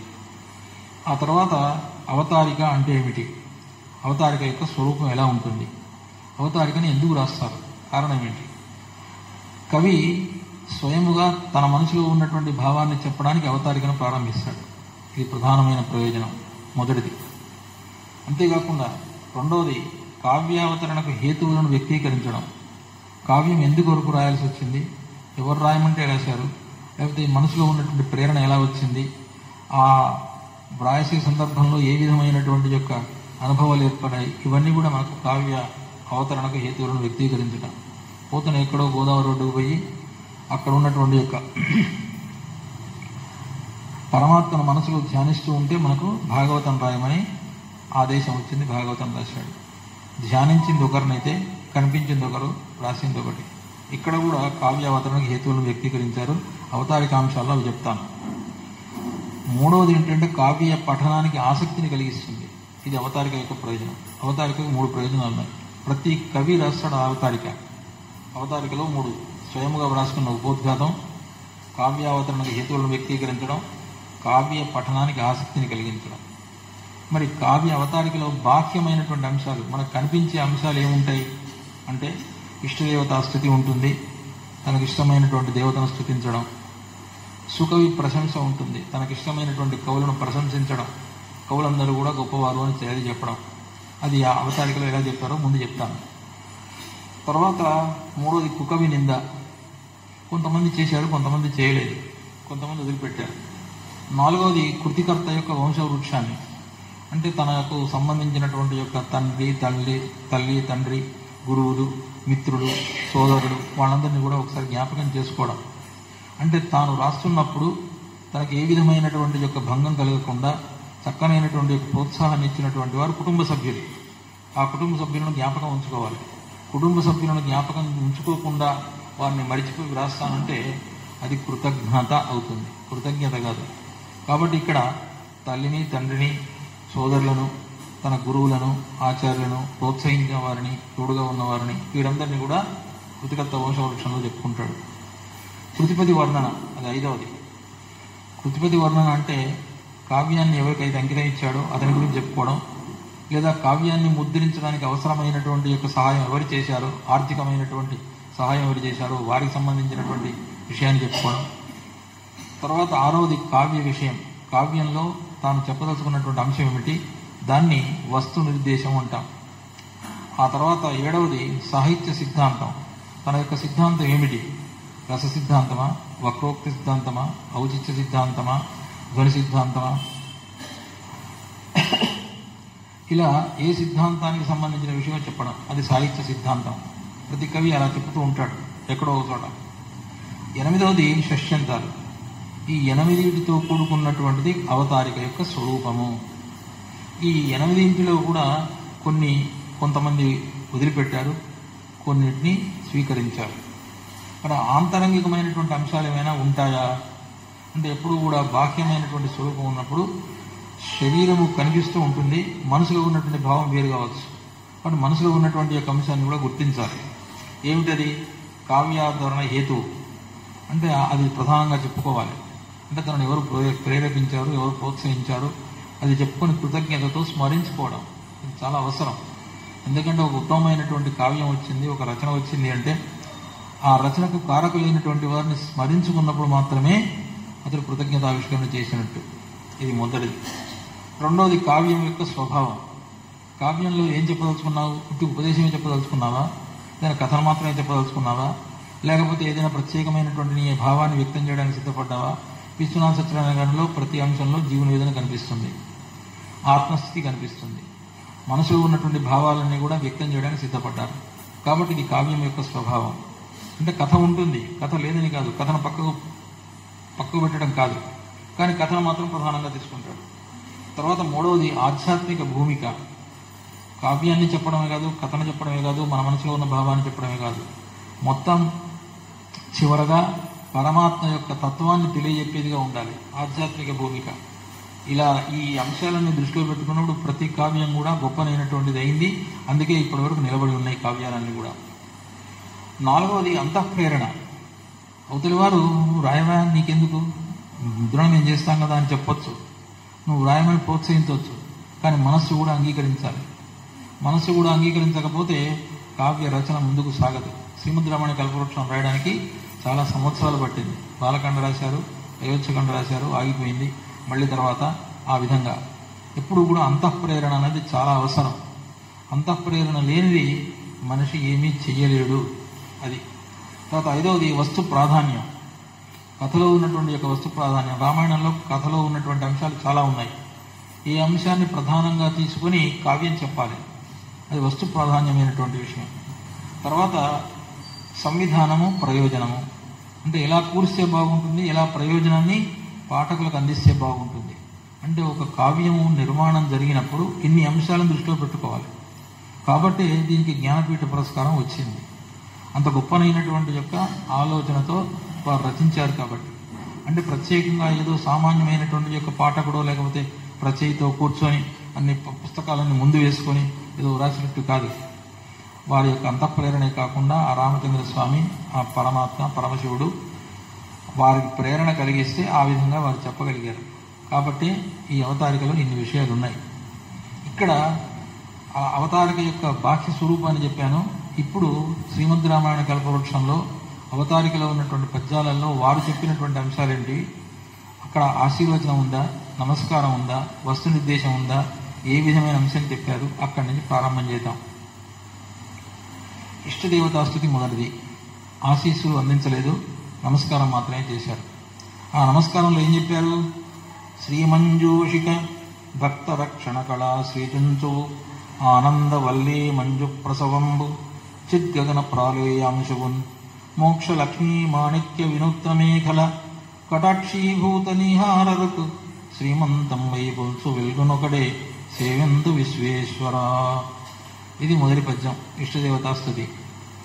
ఇది ఇష్టదేవతాస్తుతిలోనే తనకిష్టమైనటువంటి విశ్వేశ్వరుని అంటే పరమశివుణ్ణి ధ్యానిస్తూ, పార్వతీ సహితుడైనటువంటి పరమశివుణ్ణి ధ్యానిస్తూనే కావ్యంలో ఉన్నటువంటి అంశాలను వ్యక్తం చేశారు. శ్రీమంజూషిక అంటే మామూలుగా పార్వతీదేవి అర్థంలో ఉన్నటువంటిది, సంపద నిధి అయినటువంటిది, భక్త రక్షణ అక్కడ ఆశ్రయించు, భక్త రక్షణ చేసేటువంటి వాడు పరమాత్మ, పరమేశ్వరుడు. ఆనందవల్లి మంజు ప్రసవము, ఎప్పుడూ కూడా లయకారకుడైనప్పటికీ కూడా ఆనందంగా లాస్యం, తాండవం, నృత్యం చేస్తూ ఉంటాడు. ఇలా చిద్గగన ప్రాళేయాంశువు అంటే మంచుకొండ మీద ఉంటాడు కాబట్టి గొప్పనైనటువంటి కిరణం లాంటి వాడు. ఇలా సామాన్యమైనటువంటి అర్థం. మోక్షలక్ష్మి మాణిక్య వినూత్న మేఖల అంటే పరమేశ్వరుడు తలుచుకుంటే అతడు మోక్షాన్ని ఇవ్వగలడు, మనకి దేహం నుంచి విముక్తిని లభింపజేయగలడు.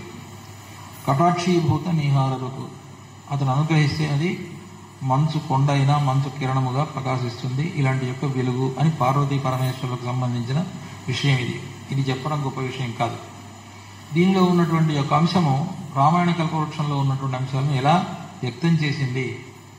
ఇక్కడ 6 విశేషణాలు ఉన్నాయి. శ్రీమంజూషిక భక్త రక్షణ కళా శ్రీతుంచువు, ఆనందవల్లి మంజు ప్రసవంబు, చిద్గంగ ప్రాళయాంశువు, మోక్షలక్ష్మి మాణిక్య వినూత్న మేఖల కటాక్షీభూత నిహారరుకు. ఈ 6 విశేషణాలు 6 కాండలకు ప్రతీకలు. శ్రీలక్ష్మి శ్రీమంజూషిక. సీతాదేవి ఎక్కడ దొరికిందండి? పెట్టెలో దొరికింది. సీతాదేవి ఎవరండి? లక్ష్మీదేవి. అంటే పెట్టెలో లభించినటువంటి యొక్క లక్ష్మీదేవి గురించినటువంటి కథ బాలకాండలో ఉంది. ఆమె సీతాదేవి పరమ పావని, ఆమెకు సంబంధించినట్టు కాబట్టి శ్రీమంజూషిక. సీతాయాశ్చరితం మహత్ అనేటువంటి వాక్యాన్ని దృష్టిలో పెట్టుకుని విశ్వనాథ గారు ఈ మాట చెప్పారు. ఒక్కొక్క వాక్యానికి వెనక ఎంతో ప్రాక్ కథనం అంటాం.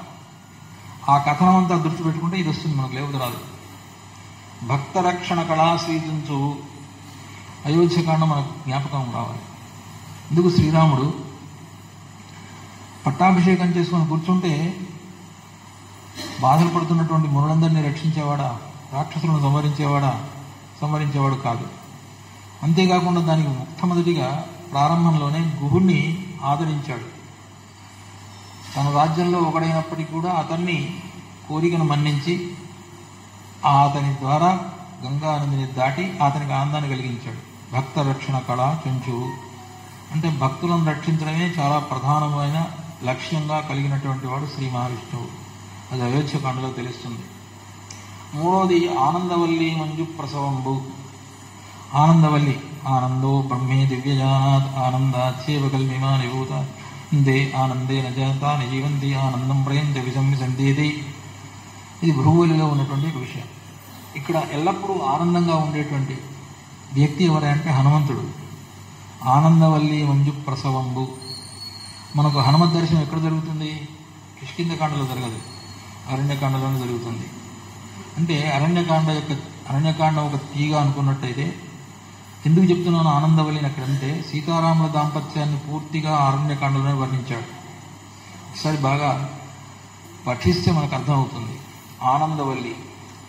ఆనందవల్లి మంజు ప్రసవంబు అంటే పుష్పం ఎవరంటే హనుమంతుడు. సీతారాముల యొక్క దాంపత్యము, వారు సుఖాన్ని అనుభవించారు, ఆనందముగా కొన్ని సంవత్సరాలు జీవించారు. అలాంటి వారిని మరల చివర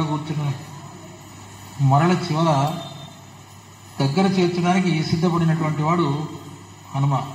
కాబట్టి ఆనందవల్లి మంజు ప్రసవంబు. అరణ్యకాండ అయిపోయింది. చిద్గగన ప్రాళయాంశువు. చిద్గగన ప్రాళయము ఆకాశం అనేటువంటి యొక్క మంచు తెర. ఆకాశం ఎలా ఉంటుంది? నీలి మబ్బు ఉంటాం కానీ తెల్లనైనటువంటి మబ్బులే ఎక్కువగా ఉంటాయి. ప్రాళయం అంటే మంచు. మంచు ఎలా ఉంటుంది? తెల్లగా ఉంటుంది. తెల్లగా ఉండేటువంటి వాడు ఆదిశేషుడు. ఆదిశేషుని యొక్క అంశతో పుట్టినవాడు లక్ష్మణస్వామి. కిష్కింధకాండలో లక్ష్మణస్వామికే ప్రాధాన్యం. సన్నివేశం చూడండి. అందరూ రామాయణం చదివిన వారు, తెలిసిన వారే. ఎందుకు చెప్తున్నానంటే, వాలి చేత సుగ్రీవుడు మొదటి దెబ్బలు తినొచ్చిన తర్వాత లక్ష్మణుడి చేత సన్మానించబడ్డ తర్వాతనే మళ్ళీ సుగ్రీవునికి జయం జరిగింది. కాబట్టి అక్కడ లక్ష్మణస్వామి ప్రాధాన్యం. ఆ లక్ష్మణస్వామియే సుగ్రీవుడిని మేలుకొల్పడానికి క్రోధంతో వెళతాడు, అప్పుడు హనుమాన్. కాబట్టి ఇక్కడ లక్ష్మణస్వామికి ప్రాధాన్యం. అందుకే చిద్గగన ప్రాళయాంశువు. నేను ఇవన్నీ సూత్రప్రాయంగా చెప్తున్నాను. ఒక్కొక్కటి వివరించాలంటే ఆ కాండలో ఉన్నటువంటి, ఆ ఖండంలో ఉన్నటువంటి అంశాలను తీసుకుని ప్రతిపాదించాల్సి వస్తుంది. మోక్షలక్ష్మీ మాణిక్య వినూత్న మేఖల ఎవరై ఉంటారు? రావణాసురుడు. రావణాసురుడు అని చెప్తే ఆశ్చర్యపోతారు. ఎందుకనంటే రావణాసురునికి సీతాదేవి ఒకనొక సామాన్య వనిత, ఏదో సౌందర్యవతి అని మాత్రమే ఆలోచన కాదు. ఆమెలో ఒక దేవీతత్వాన్ని చూచాడు. అది విశ్వనాథ సత్యనారాయణ గారు ప్రతిపాదించారు. కాబట్టి మోక్షలక్ష్మి మాణిక్య వినూత్న మేఖల. మేఖల అంటే కటిస్థానంలో ఉండేటువంటిది. రావణాసుని యొక్క స్థితి పూర్తిగా దేవి అని నమ్మాడా? నమ్మలేదు. పోనీ సీతాదేవి ఒక సామాన్య వనిత అనుకుని ఆమెను అంతఃపురంలో ఉంచాడా? ఉంచలేదు. అశోకవనంలో ఉంచాడు. అంటే అటు పూర్తి అయినటువంటి సాధకుడు కాలేదు, ఇటు సాధకుడు కాకుండా పోలేదు. కాబట్టి మేఖల, వినూత్న మేఖల, మోక్షలక్ష్మి మాణిక్య వినూత్న మేఖల ఎవరుంటే ఆమె సీతాదేవి కూడా. సీతాదేవిని తీసుకుని వెళ్ళినప్పటికీ కూడా అంతఃపురానికి తీసుకుని వెళ్లకుండా అశోకవనంలో మాత్రమే ఉంచాడు. సరే, దానికి ఒక శాపం ఉందనుకోండి, ఆ కథ వేరు. అయినప్పటికీ కూడా విశ్వనాథ సత్యనారాయణ గారు రూపించినటువంటి యొక్క, ప్రతిపాదించినటువంటి యొక్క తత్వాన్ని బట్టి చూస్తే రావణాసురునికి ఇక్కడ దేవీ తత్వం జ్ఞాపకం ఉన్నది, అర్థమైంది అనే విషయం తెలుస్తుంది మాకు. సుందరకాండలో అది వ్యక్తమవుతుంది. కటాక్షీభూత నీహార రుకు ఎవరంటే యుద్ధకాండలో విభీషణుడు. కటాక్షీభూత నీహార రుకు. నీహారం అంటే మనసు. మంచు యొక్క కిరణం. రాక్షస జాతిలో, రాక్షస లోకంలో పులుగడిగిన ముత్యంలాగా ప్రకాశించినవాడు విభీషణుడు ఒక్కడే. కాబట్టి ఇక్కడ విభీషణుడు మాత్రమే రాముని చేత కటాక్షించబడ్డాడు. కాబట్టి కటాక్షీభూత నీహారరుకు. ఈ విధంగా మొత్తం 6 కాండలను, 6 పాత్రలను వ్యక్తం చేశారు ఇందులో. శ్రీ మంజూషిక భక్త రక్షణ కళా సూచించు ఆనందవల్లి మంజు ప్రసవం చిద్గగన ప్రాళేయాంశు మోక్షలక్ష్మీ మాణిక్య వినూత్న మేఖల కటాక్షీభూత నీహారరుకు. శ్రీమంతంబై పొలుచు వెలుగునొకడే సేవింతు విశ్వేశ్వర. చివరి వాక్యం ఏంటండి? మళ్ళీ శ్రీమంతంబై పొలుచు వెలుగు అన్నాడు. మళ్ళీ ఇక్కడ వీరందరిలో కూడా దేవతాతత్వం ఉంది కాబట్టి దేవతాతత్వం దివ్యమైనటువంటి రీతిలో ప్రకాశించింది రామాయణంలో. సీతలో దేవతాతత్వం లేదా? రామునిలో లేదా? ఆ తర్వాత అక్కడ హనుమంతుడిలో లేదా? లక్ష్మణస్వామిలో లేదా? రావణాసురుడిలో లేదా? రావణాసురుడు శివభక్తుడే. విభీషణుడు కూడా బ్రహ్మను కోరుకున్నప్పుడు, వరం కోరుకున్నప్పుడు రావణాసురులాగా కుంభకర్ణులాగా కాకుండా వేరే రీతిగా కోరుకున్నాడు. అతనిలో దేవతాతత్వం ఉంది. కాబట్టి శ్రీమంతం వైబల్సు వెలుగునొకడే సేవింతు విశ్వేశ్వర. అంటే ఈ 6 పాత్రలు ప్రధానమైనటువంటి పాత్రలు. 6 పాత్రలలో ఉన్నటువంటి దేవతాతత్వము జ్యోతి రూపంలో స్వామికి అంటే విశ్వనాథ సత్యనారాయణ గారు కనిపించింది కాబట్టి విశ్వేశ్వరుడు. 2వ పద్యం ఉంది, అది దేవతాస్తుతే. కైలాసాచల సానువాసము వృషస్కంధగ్ర సంస్థాయి తత్ప్రాళేయాచల కన్యకా కొతటి పర్యంక నిద్రాగతంబు ఆలోలగ్ర జటాధునీ ఘటిత నాగౌగస్వరిత్ కంబు దేహాలంకారిత లీలిహానము వెలుంగర్త్యంతు విశ్వేశ్వర. ఇందులో కూడా రామాయణంలో ఉన్న అంశాలనే సూచించారు. దీన్నే ధ్వని సిద్ధాంతం అంటారు. ఇక్కడ ఏమిటి? కైలాసల చానువాసము. పరమేశ్వరుడు అంటే పార్వతీదేవి భర్త అయినటువంటి యొక్క పరమశివుడు కైలాసంలో ఉంటాడు. అది పదానికి అర్థమే. కానీ ఇక్కడ రాముడు ఏ పర్వతం మీద కొన్ని రోజులు నివసించాడు? ఋషిపూక పర్వతం మీద నివసించాడు. రామునికి శివునికి అభేదమే చెప్పాడు. ఆ తర్వాత ద్వైతాద్వైత మార్గం అన్నప్పుడు చెప్తాను ఆ విషయం. కాబట్టి ఇక్కడ శివుడు వేరు, రాముడు వేరు కాదు, ఇద్దరు ఒకటే అనే భావంతో చెప్పాడు. కాబట్టి కైలాసాల చానువాసం. వృషస్కంధాగ్ర సంస్థాయి. వృషభ వాహనారూఢైతే అక్కడ నందీశ్వరుని మీద కూర్చుని ఊరేగేటువంటి వాడు పార్వతీ భర్త అయినటువంటి పరమశివుడు. ఇక్కడ హనుమంతుని మీద యుద్ధం చేసేటప్పుడు రామలక్ష్మణుడు హనుమంతుని యొక్క భుజస్కంధాల మీద కూర్చొని యుద్ధం చేసినట్టుగా మనకు తెలుస్తుంది. వృషస్కంధాగ్ర సంస్థాయి ప్రాళేయాచల కన్యకా కొద్ది పర్యంక నిద్రాగతంబు. ఆ పార్వతీదేవి యొక్క హృదయంలో నిద్రించినటువంటి వాడు అని పరమేశ్వరుడు చెప్తే, ఇక్కడ సీతాదేవి యొక్క మనసులో రాముడు ఎల్లప్పుడూ నిద్రించే ఉన్నాడు. సీతాదేవి మనసులో ఉన్నాడు కాబట్టే ఆ సీతాదేవికి అంత శక్తి వచ్చింది, అంత ధైర్యంగా మాట్లాడగలిగింది. రాముని ఆజ్ఞ లేదు, లేకపోతే నేను భస్మం చేసేదాన్ని అన్నది. అది రామాయణంలో ఉంది. వీరు కూడా చెప్పారు, విశ్వనాథ గారు కూడా చెప్పారు ఇది. ఎందుకంటే సీతాదేవికి అంత శక్తి ఎలా వచ్చింది అంటే మనసులో రాముడు ఉన్నాడు, ఆ రాముడి యొక్క శక్తి నాకు ఉంది అనేటువంటి ఆలోచన ఆవిడకు ఉంది. కాబట్టి ప్రాళేయాచల కన్యక కొచతటి పర్యంక నిద్రాగతంబు. ఎవరంటే పరమేశ్వరుడు, అదే శ్రీరాముడు. ఈ విషయాన్ని స్మరించుకున్నప్పుడు మాకు సంప్రదాయంలో గోదాదేవి తిరుప్పావైకి ముందు నీలాదుంగ స్తనగేదడి సుప్తం ఉద్బోధ్య కృష్ణం పారార్థం సంస్కృతి అనేటువంటి శ్లోకం జ్ఞాపకం వస్తుంది. అక్కడ కూడా నీలాదేవి వక్షస్థలంపై హాయిగా నిద్రించినటువంటి యొక్క శ్రీకృష్ణ స్వామిని మేలుకొల్పడం అనేది మనకు పరాశర భట్టు వారు చెప్పారు. అంటే సంప్రదాయాన్ని కూడా వీరు దృష్టిలో పెట్టుకుని ఆ విషయం చెప్పారు ఇక్కడ. తర్వాత ఇంకోటి, ఆలోలగ్ర జటాదుని ఘటిత నాకవుగా సరిత్. అక్కడ పరమశివుని యొక్క జటాజూటంలో గంగాదేవి ఉన్నది, అది మాత్రం ఉంది. మరి ఇక్కడ ఈ వాక్యాన్ని ఎలా అన్వయింపజేయాలండి? చెప్పగలుగుతారా సాహితీ మిత్రులు? నాలో ఉన్నటువంటి లోపాలు ఏమంటే చెప్పండి. ఇది నేను ఎందుకు ఎలా అంటానంటే, రాముడు అరణ్యానికి వెళ్ళేటప్పుడు దీక్ష స్వీకరించాడు, జడను ధరించాడు, నారచీరను ధరించాడు, ధనుర్బాణాలను ధరించాడు. తన యొక్క దివ్యత్వాన్ని ఆ జడలలో దాచిపెట్టాడు. అందుకే నేను దశరథుని యొక్క పుత్రుడని చెప్పుకున్నాడు, కానీ నేను గొప్పవాణ్ణి అని ఎక్కడా చెప్పుకోలేదు. యుద్ధకాండలో ఆదిత్య హృదయం సందర్భంలో కూడా దేవతలందరూ వచ్చి నువ్వు దశరథుని కుమారుడు కాదు శ్రీమన్నారాయణుడివి అని అంటే కూడా ఆయన అప్పుడు దశరథుడు కనిపించినా కూడా తన యొక్క స్థితిని తాను గుర్తించాడు, అంతే, ఆ విధంగా ఉన్నాడు. కాబట్టి ఇక్కడ ఆలోలాగ్ర జటాదుని ఘటిత నాకౌక సరిత్. ఆ దివ్యత్వం అనేటువంటి ఆ పరమాత్మ తత్వం అనేటువంటి యొక్క ప్రవాహాన్ని తన జడలో దాచిపెట్టినటువంటి వాడు శ్రీరామచంద్రుడు. అక్కడ గంగానదిని దాచినటువంటి వాడు పరమశివుడైతే ఇక్కడ తన దివ్యత్వాన్ని దాచి తాను సామాన్యమైన మానవునిగా దుఃఖిస్తూ బాధపడుతూ తను చేయవలసిన కర్మలను చేస్తూ సోదరులతో ఎలా మాట్లాడాలో, స్నేహితులతో ఎలా మాట్లాడాలో, ఎవరితో ఏ విధంగా ప్రవర్తించాలో మానవులకు ఆదర్శప్రాయంగా జీవించినటువంటి మానవుడు కాబట్టి అతడు తన దివ్యత్వాన్ని దాచిపెట్టాడు. గంగను ఏ విధంగానైతే జడల్లో బంధించాడో పరమశివుడు ఇక్కడ అలా చేశాడు. తర్వాత కమ్ము దేహాలంకారిత లేలిహానము. లేలిహానం అంటే సర్పం. తెల్లనైనటువంటి దేహం పైన అలంకరించబడినటువంటి యొక్క సర్పం శంకరునికి కంఠంలో కనిపిస్తుంది. ఆయనే. మరి ఇక్కడెవరు? ఆదిశేషుడు. ఎవరు? లక్ష్మణస్వామి. లక్ష్మణస్వామి పుట్టినప్పటి నుంచి ఇతని వెంటే ఉన్నాడు.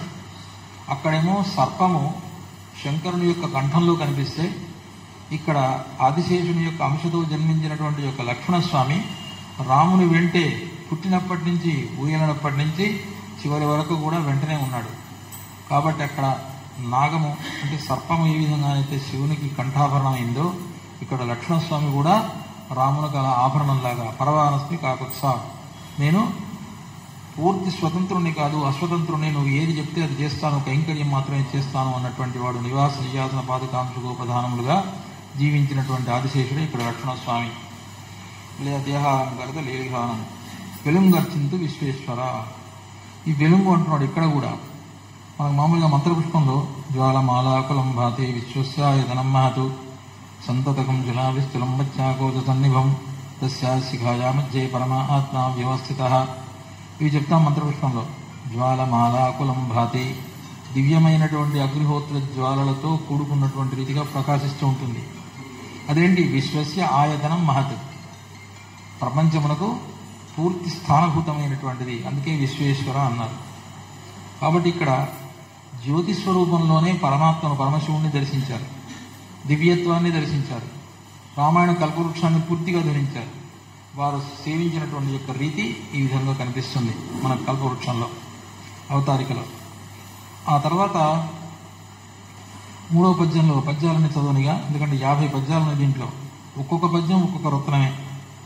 అష్టమూర్తి గురించి ప్రత్యేకంగా ప్రార్థిస్తూ పంచభూతముల దివాకరుడు అని పద్యం చెబుతూ అష్టమూర్తిగా శివుణ్ణి ఆరాధించారు. అష్టమూర్తి ఏంటంటే 5 భూతాలు. 5 భూతముల యొక్క స్వరూపం ఆయనే. సూర్యుడు ఆయనే, చంద్రుడు ఆయనే. 5 2 7 అయిపోయింది. మరి 8వ అంటే జీవుడు. జీవుడు అని చెబుతూ ఏం చెప్పారంటే ప్రత్యభిజ్ఞ, నేను అన్న అభిజ్ఞను మాత్రమే నాకు కలిగించావు. ఇక్కడ నేను ఉంటే అహంకారంతో చెప్పుకున్న విషయం కాదు. సోహం అంటామే, సహా అహం, ఆ పరమాత్మయే నేను, నేనే ఆ పరమాత్మ అనేటువంటి యొక్క స్థితి అద్వైత మతంలో ఉంటుంది. కాబట్టి ఇక్కడ నేను అన్న అభిజ్ఞ ఇక్కడ స్పష్టంగా అంటారు. నన్నేమి మిగిల్చిది నా స్వామి బిట్టు, నేనన్నది అభిజ్ఞగాక అని స్పష్టంగా అంటారు. ఇలా వాక్యాలు చదువుతూ పోతే చాలా సమయం పడుతుంది. ప్రధాన అంశం ఇంకా చెప్పాల్సింది చాలా ఉంది ఇక్కడ. అంతేకాకుండా ఏం చెప్తారంటే హరిహర బ్రహ్మమయి అర్ధచంద్ర చూడము వెలుంగును నొసంత చూడలేక, నీవు త్రిమూర్త్యాత్మకుడవే. 3 అంటే బ్రహ్మ విష్ణు మహేశ్వర స్వరూపాలు నీలోనే ఉన్నాయి. కానీ ఆ గొప్పనైనటువంటి త్రిమూర్త్యాత్మకమైనటువంటి స్వరూపాన్ని అందరూ చూడలేరని అర్ధచంద్ర చూడముగా చంద్రుడు నిలిచి ఉన్నాడు అని అంటారు ఇక్కడ. హరిహర బ్రహ్మమయ అర్ధచంద్ర చూడము వెలుంగును నొసంట చూడలేక, నీ అగ్నిహోత్రులను త్రినేత్రులను 3 కన్నులను చూడలేక అర్ధచంద్రాన్ని చూస్తున్నారు. దానిలో త్రిమూర్తి స్వరూపం ఉంది అని చెప్పారు. ఇలా ఒక్కొక్క అంశంలో పరమాత్మ యొక్క తత్వాన్ని చెప్పారు. రాముడి యొక్క మహత్వ చెప్తూ పావు నెరుంగు బ్రహ్మ సగపాలను మాత్రం మెరుంగు పార్వతీదేవి నీ వెలుంగుదు తెల్లము. రాముని యొక్క తత్వాన్ని బ్రహ్మదేవుడు కొద్ది మాత్రమే తెలుసుకున్నాడు. పార్వతీదేవి కూడా కొద్దిగా తెలుసు, కానీ నీకు మాత్రం పూర్తిగా తెలుసు అన్నారు. అదే మనకు పార్వతీవాచ శ్రీరామ రామ రామేతి అనే మనం విశ్వాసనామంలో చెప్తూ ఉంటాం. కాబట్టి శివుడి రామతత్వాన్ని పూర్తిగా తెలుసుకున్నవాడు అనే విషయాన్ని విశ్వనాథ గారు చెప్పారు. తర్వాత ఇక్కడ ప్రధానమైనటువంటి అంశం అందరికీ తెలిసినటువంటి విషయం. మనం నిజైన రామాయణం అన్నతో ఒక ప్రశ్న వేసుకున్నారు, సమాధానం చెప్పారు. సమాధానం కూడా ఏం చెప్పారండి? తినుచున్న అన్నమే తినుచున్న తిన్నాళ్ళు, తనడు బ్రతుకులు తనవిగాన, చేసిన సంసారమే చేయుతున్నది, తనదైన అనుభూతి తనదిగాన, తలచిన రామునే తలచిన నేను నా భక్తి రచన నా విగాన. ఇది చెప్పాలనా? ఇంత గొప్పవాడు విశ్వనాథ గారు ఇది చెప్పాలనా? ఏమిటి దీనిలో ఉన్న విషయం అంటే, ఇంతకుముందు చెప్పానే అన్నమయ కోశము, మనోమయ కోశము, ప్రాణమయ కోశము, ఈ మూడు ప్రధానంగా ఇక్కడ ఉన్నాయి. మొదటిది తినుతున్న అన్నమే తినుతున్న తిన్నాళ్ళు. అన్నం బ్రహ్మే దివ్యజానాత్. అన్నం పరబ్రహ్మ స్వరూపం. అన్నము లేనిది వ్యక్తి జీవించలేడు. ఆకాశాద్ వాయువు వాయువుడగ్ని అగ్నిరాప అద్య పృథివీ పృథివ్యా ఓషధయ ఓషధీభ్యోన్నం అన్నాత్ పురుష ఏదని చెప్తుంది. ప్రతివాడు తింటూనే ఉన్నాడు. నిన్న తిన్నాడు, ఇవాళ తింటున్నాడు, ఇప్పుడు తింటాడు, మళ్ళీ రేపు తింటాడు, మళ్ళీ ఎల్లుండి తింటాడు, తింటూనే ఉన్నాడు. అంటే పరబ్రహ్మను ఆ రూపంలో అనుభవిస్తూనే ఉన్నాడు. అలా అనుభవించడంలో ఆనందాన్ని అనుభవిస్తున్నాడు. తినేది మాత్రం అన్నమే. ఏదో అక్కడ ఉన్నటువంటి పదార్థంతో ఆయన జోగ్యం చేసుకొని తింటూ ఉంటాడు. కానీ బ్రహ్మతత్వాన్ని అనుభవిస్తూ జీవించాలి. కొంతమంది పదార్థాన్ని స్వీకరిస్తున్నప్పుడు ఎంత రుచిగా ఉంది, ఇలాంటి యొక్క రుచిని ఎన్నడూ అనుభవించలేదు అంటారు. కొంతమంది అసలు ఏమి ఎక్కడో ఆలోచిస్తూ ఉంటారు. తిన్నది గడ్డి తిన్నారో, ఏం పచ్చడి తిన్నారో, ఏం తిన్నారో తెలియకుండా తింటారు. అది చెప్పలే ఇక్కడ. తినుతున్న అన్నమే తినుతున్న తిన్నాళ్ళు, తన రుచి బ్రతుకులు తనవిగానా అని చెప్పడంలో ఉందేంటి? నీవు స్వీకరిస్తున్నటువంటి యొక్క ఆహారం ఏదైతుందో అది పరబ్రహ్మ స్వరూపము. పరబ్రహ్మ నీలో నిలిచి ఉన్నాడు. నీలో ఉన్నటువంటి యొక్క జీర్ణశక్తికి అది ఆధారాన్ని అందిస్తున్నావు. ఆ విషయం గుర్తించమన్నాడు. అలానే చేసిన సంసారమే చేయుచున్నది తనదైన అనుభూతి తనదగాన. సముద్రంలో మనోమయ కోశం, అన్నము చేత ప్రాణం నిలబడుతుంది. అన్నమయ కోశము ప్రాణమయ కోశం కలిగినటువంటి వాడు మనోమయ కోశం.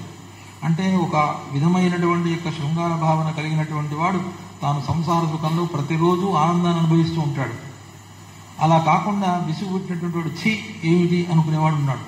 అలా కాదు. ఇక్కడ మనోమయ కోశము కలిగినటువంటి వాడు నిజమైనటువంటి యొక్క జీవితాన్ని వార్ధక్య దశకు వచ్చినంత వరకు కూడా సంసారంలో జీవితంలో శృంగారాన్ని అనుభవిస్తూనే ఉంటాడు, సుఖాన్ని అనుభవిస్తూనే ఉంటాడు. అది చెప్పాడు. చేసిన సంసారమే చేయుతున్నది తనదైన అనుభూతి తనదిగాన. ఒక్కొక్క వ్యక్తి ఒక్కొక్క విధముగా శృంగారమయంగా జీవిస్తూ ఉంటాడు. కాబట్టి ఇక్కడ తలచిన రామునే తలచద నేను నా భక్తి రచనలు నావిగా. అది ఆనందమయ కోశం, విజ్ఞానమయ కోశం, ఆనందమయ కోశం. పరమాత్మను ఒక్కొక్కడు రాముణ్ణి ఒకడు ఏమైనా వీర పరాక్రమాన్ని చూపించినవాడు ఒకడు అనుకుంటారు. కాదు తండ్రి ఆజ్ఞను పరిపాలించినటువంటి ఉత్తముడు ఇంకో ఆయన అనుకుంటాడు. రామాయ రామభద్రాయ రామచంద్రాయ వేదసే రఘునాథాయ నాథాయ సీతాయాపతే అనే దాంట్లో 8 రకాలుగా చూచారని చెప్తారు. కాబట్టి ఇక్కడ విజ్ఞానమయ కోశము, ఆనందమయ కోశము. అంటే ఈ పద్యంలో అందరూ ఇదే ఉటంకిస్తూ ఉంటారు. కానీ దీంట్లో అన్నమయ కోశము, ప్రాణమయ కోశం ఉంది, మనోమయ కోశం ఉంది, తర్వాత విజ్ఞానమయ కోశము, ఆనంద కోశం. అంటే 5 కోశాలతో కూడుకున్నటువంటి వాడే జీవుడు. ఈ 5 కోశాలను గుర్తించినటువంటి వాడు మాత్రమే పరబ్రహ్మను గుర్తించగలుగుతాడు. అప్పుడే నిజమైనటువంటి జీవుడు కాబడతాడు. అతనికే జీవుడు వేదన ఏర్పడుతుంది. ఇది చెప్పాడు సార్ దీంట్లో ఉన్న విషయం.